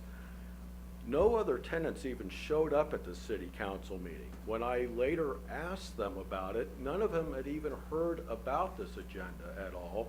And that gave Mr. Miles a free run to go and say whatever he wanted to. He was shocked when I finally stood up when you were asking for public comments, because I literally refuted every point he made. And I don't know how, I understand you have a lot invested with this man, but if he is willing to give you false statements on such a simple matter, I wonder how you can trust him on anything else at this point in time. and I think you should look into it. I think it's extremely questionable of his character at this point. If I can get that material, I will Right. make sure it gets Sure. distributed to the committee, and we will pursue. All right. We thank you. appreciate you, thank you.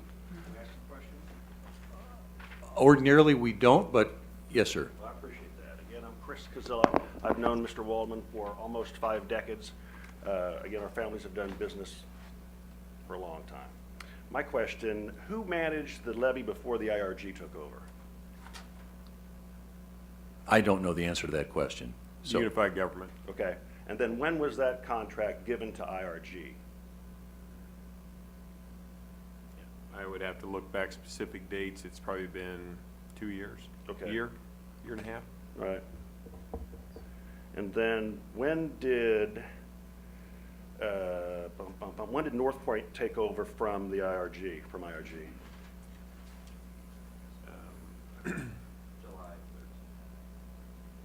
July of this summer. Okay.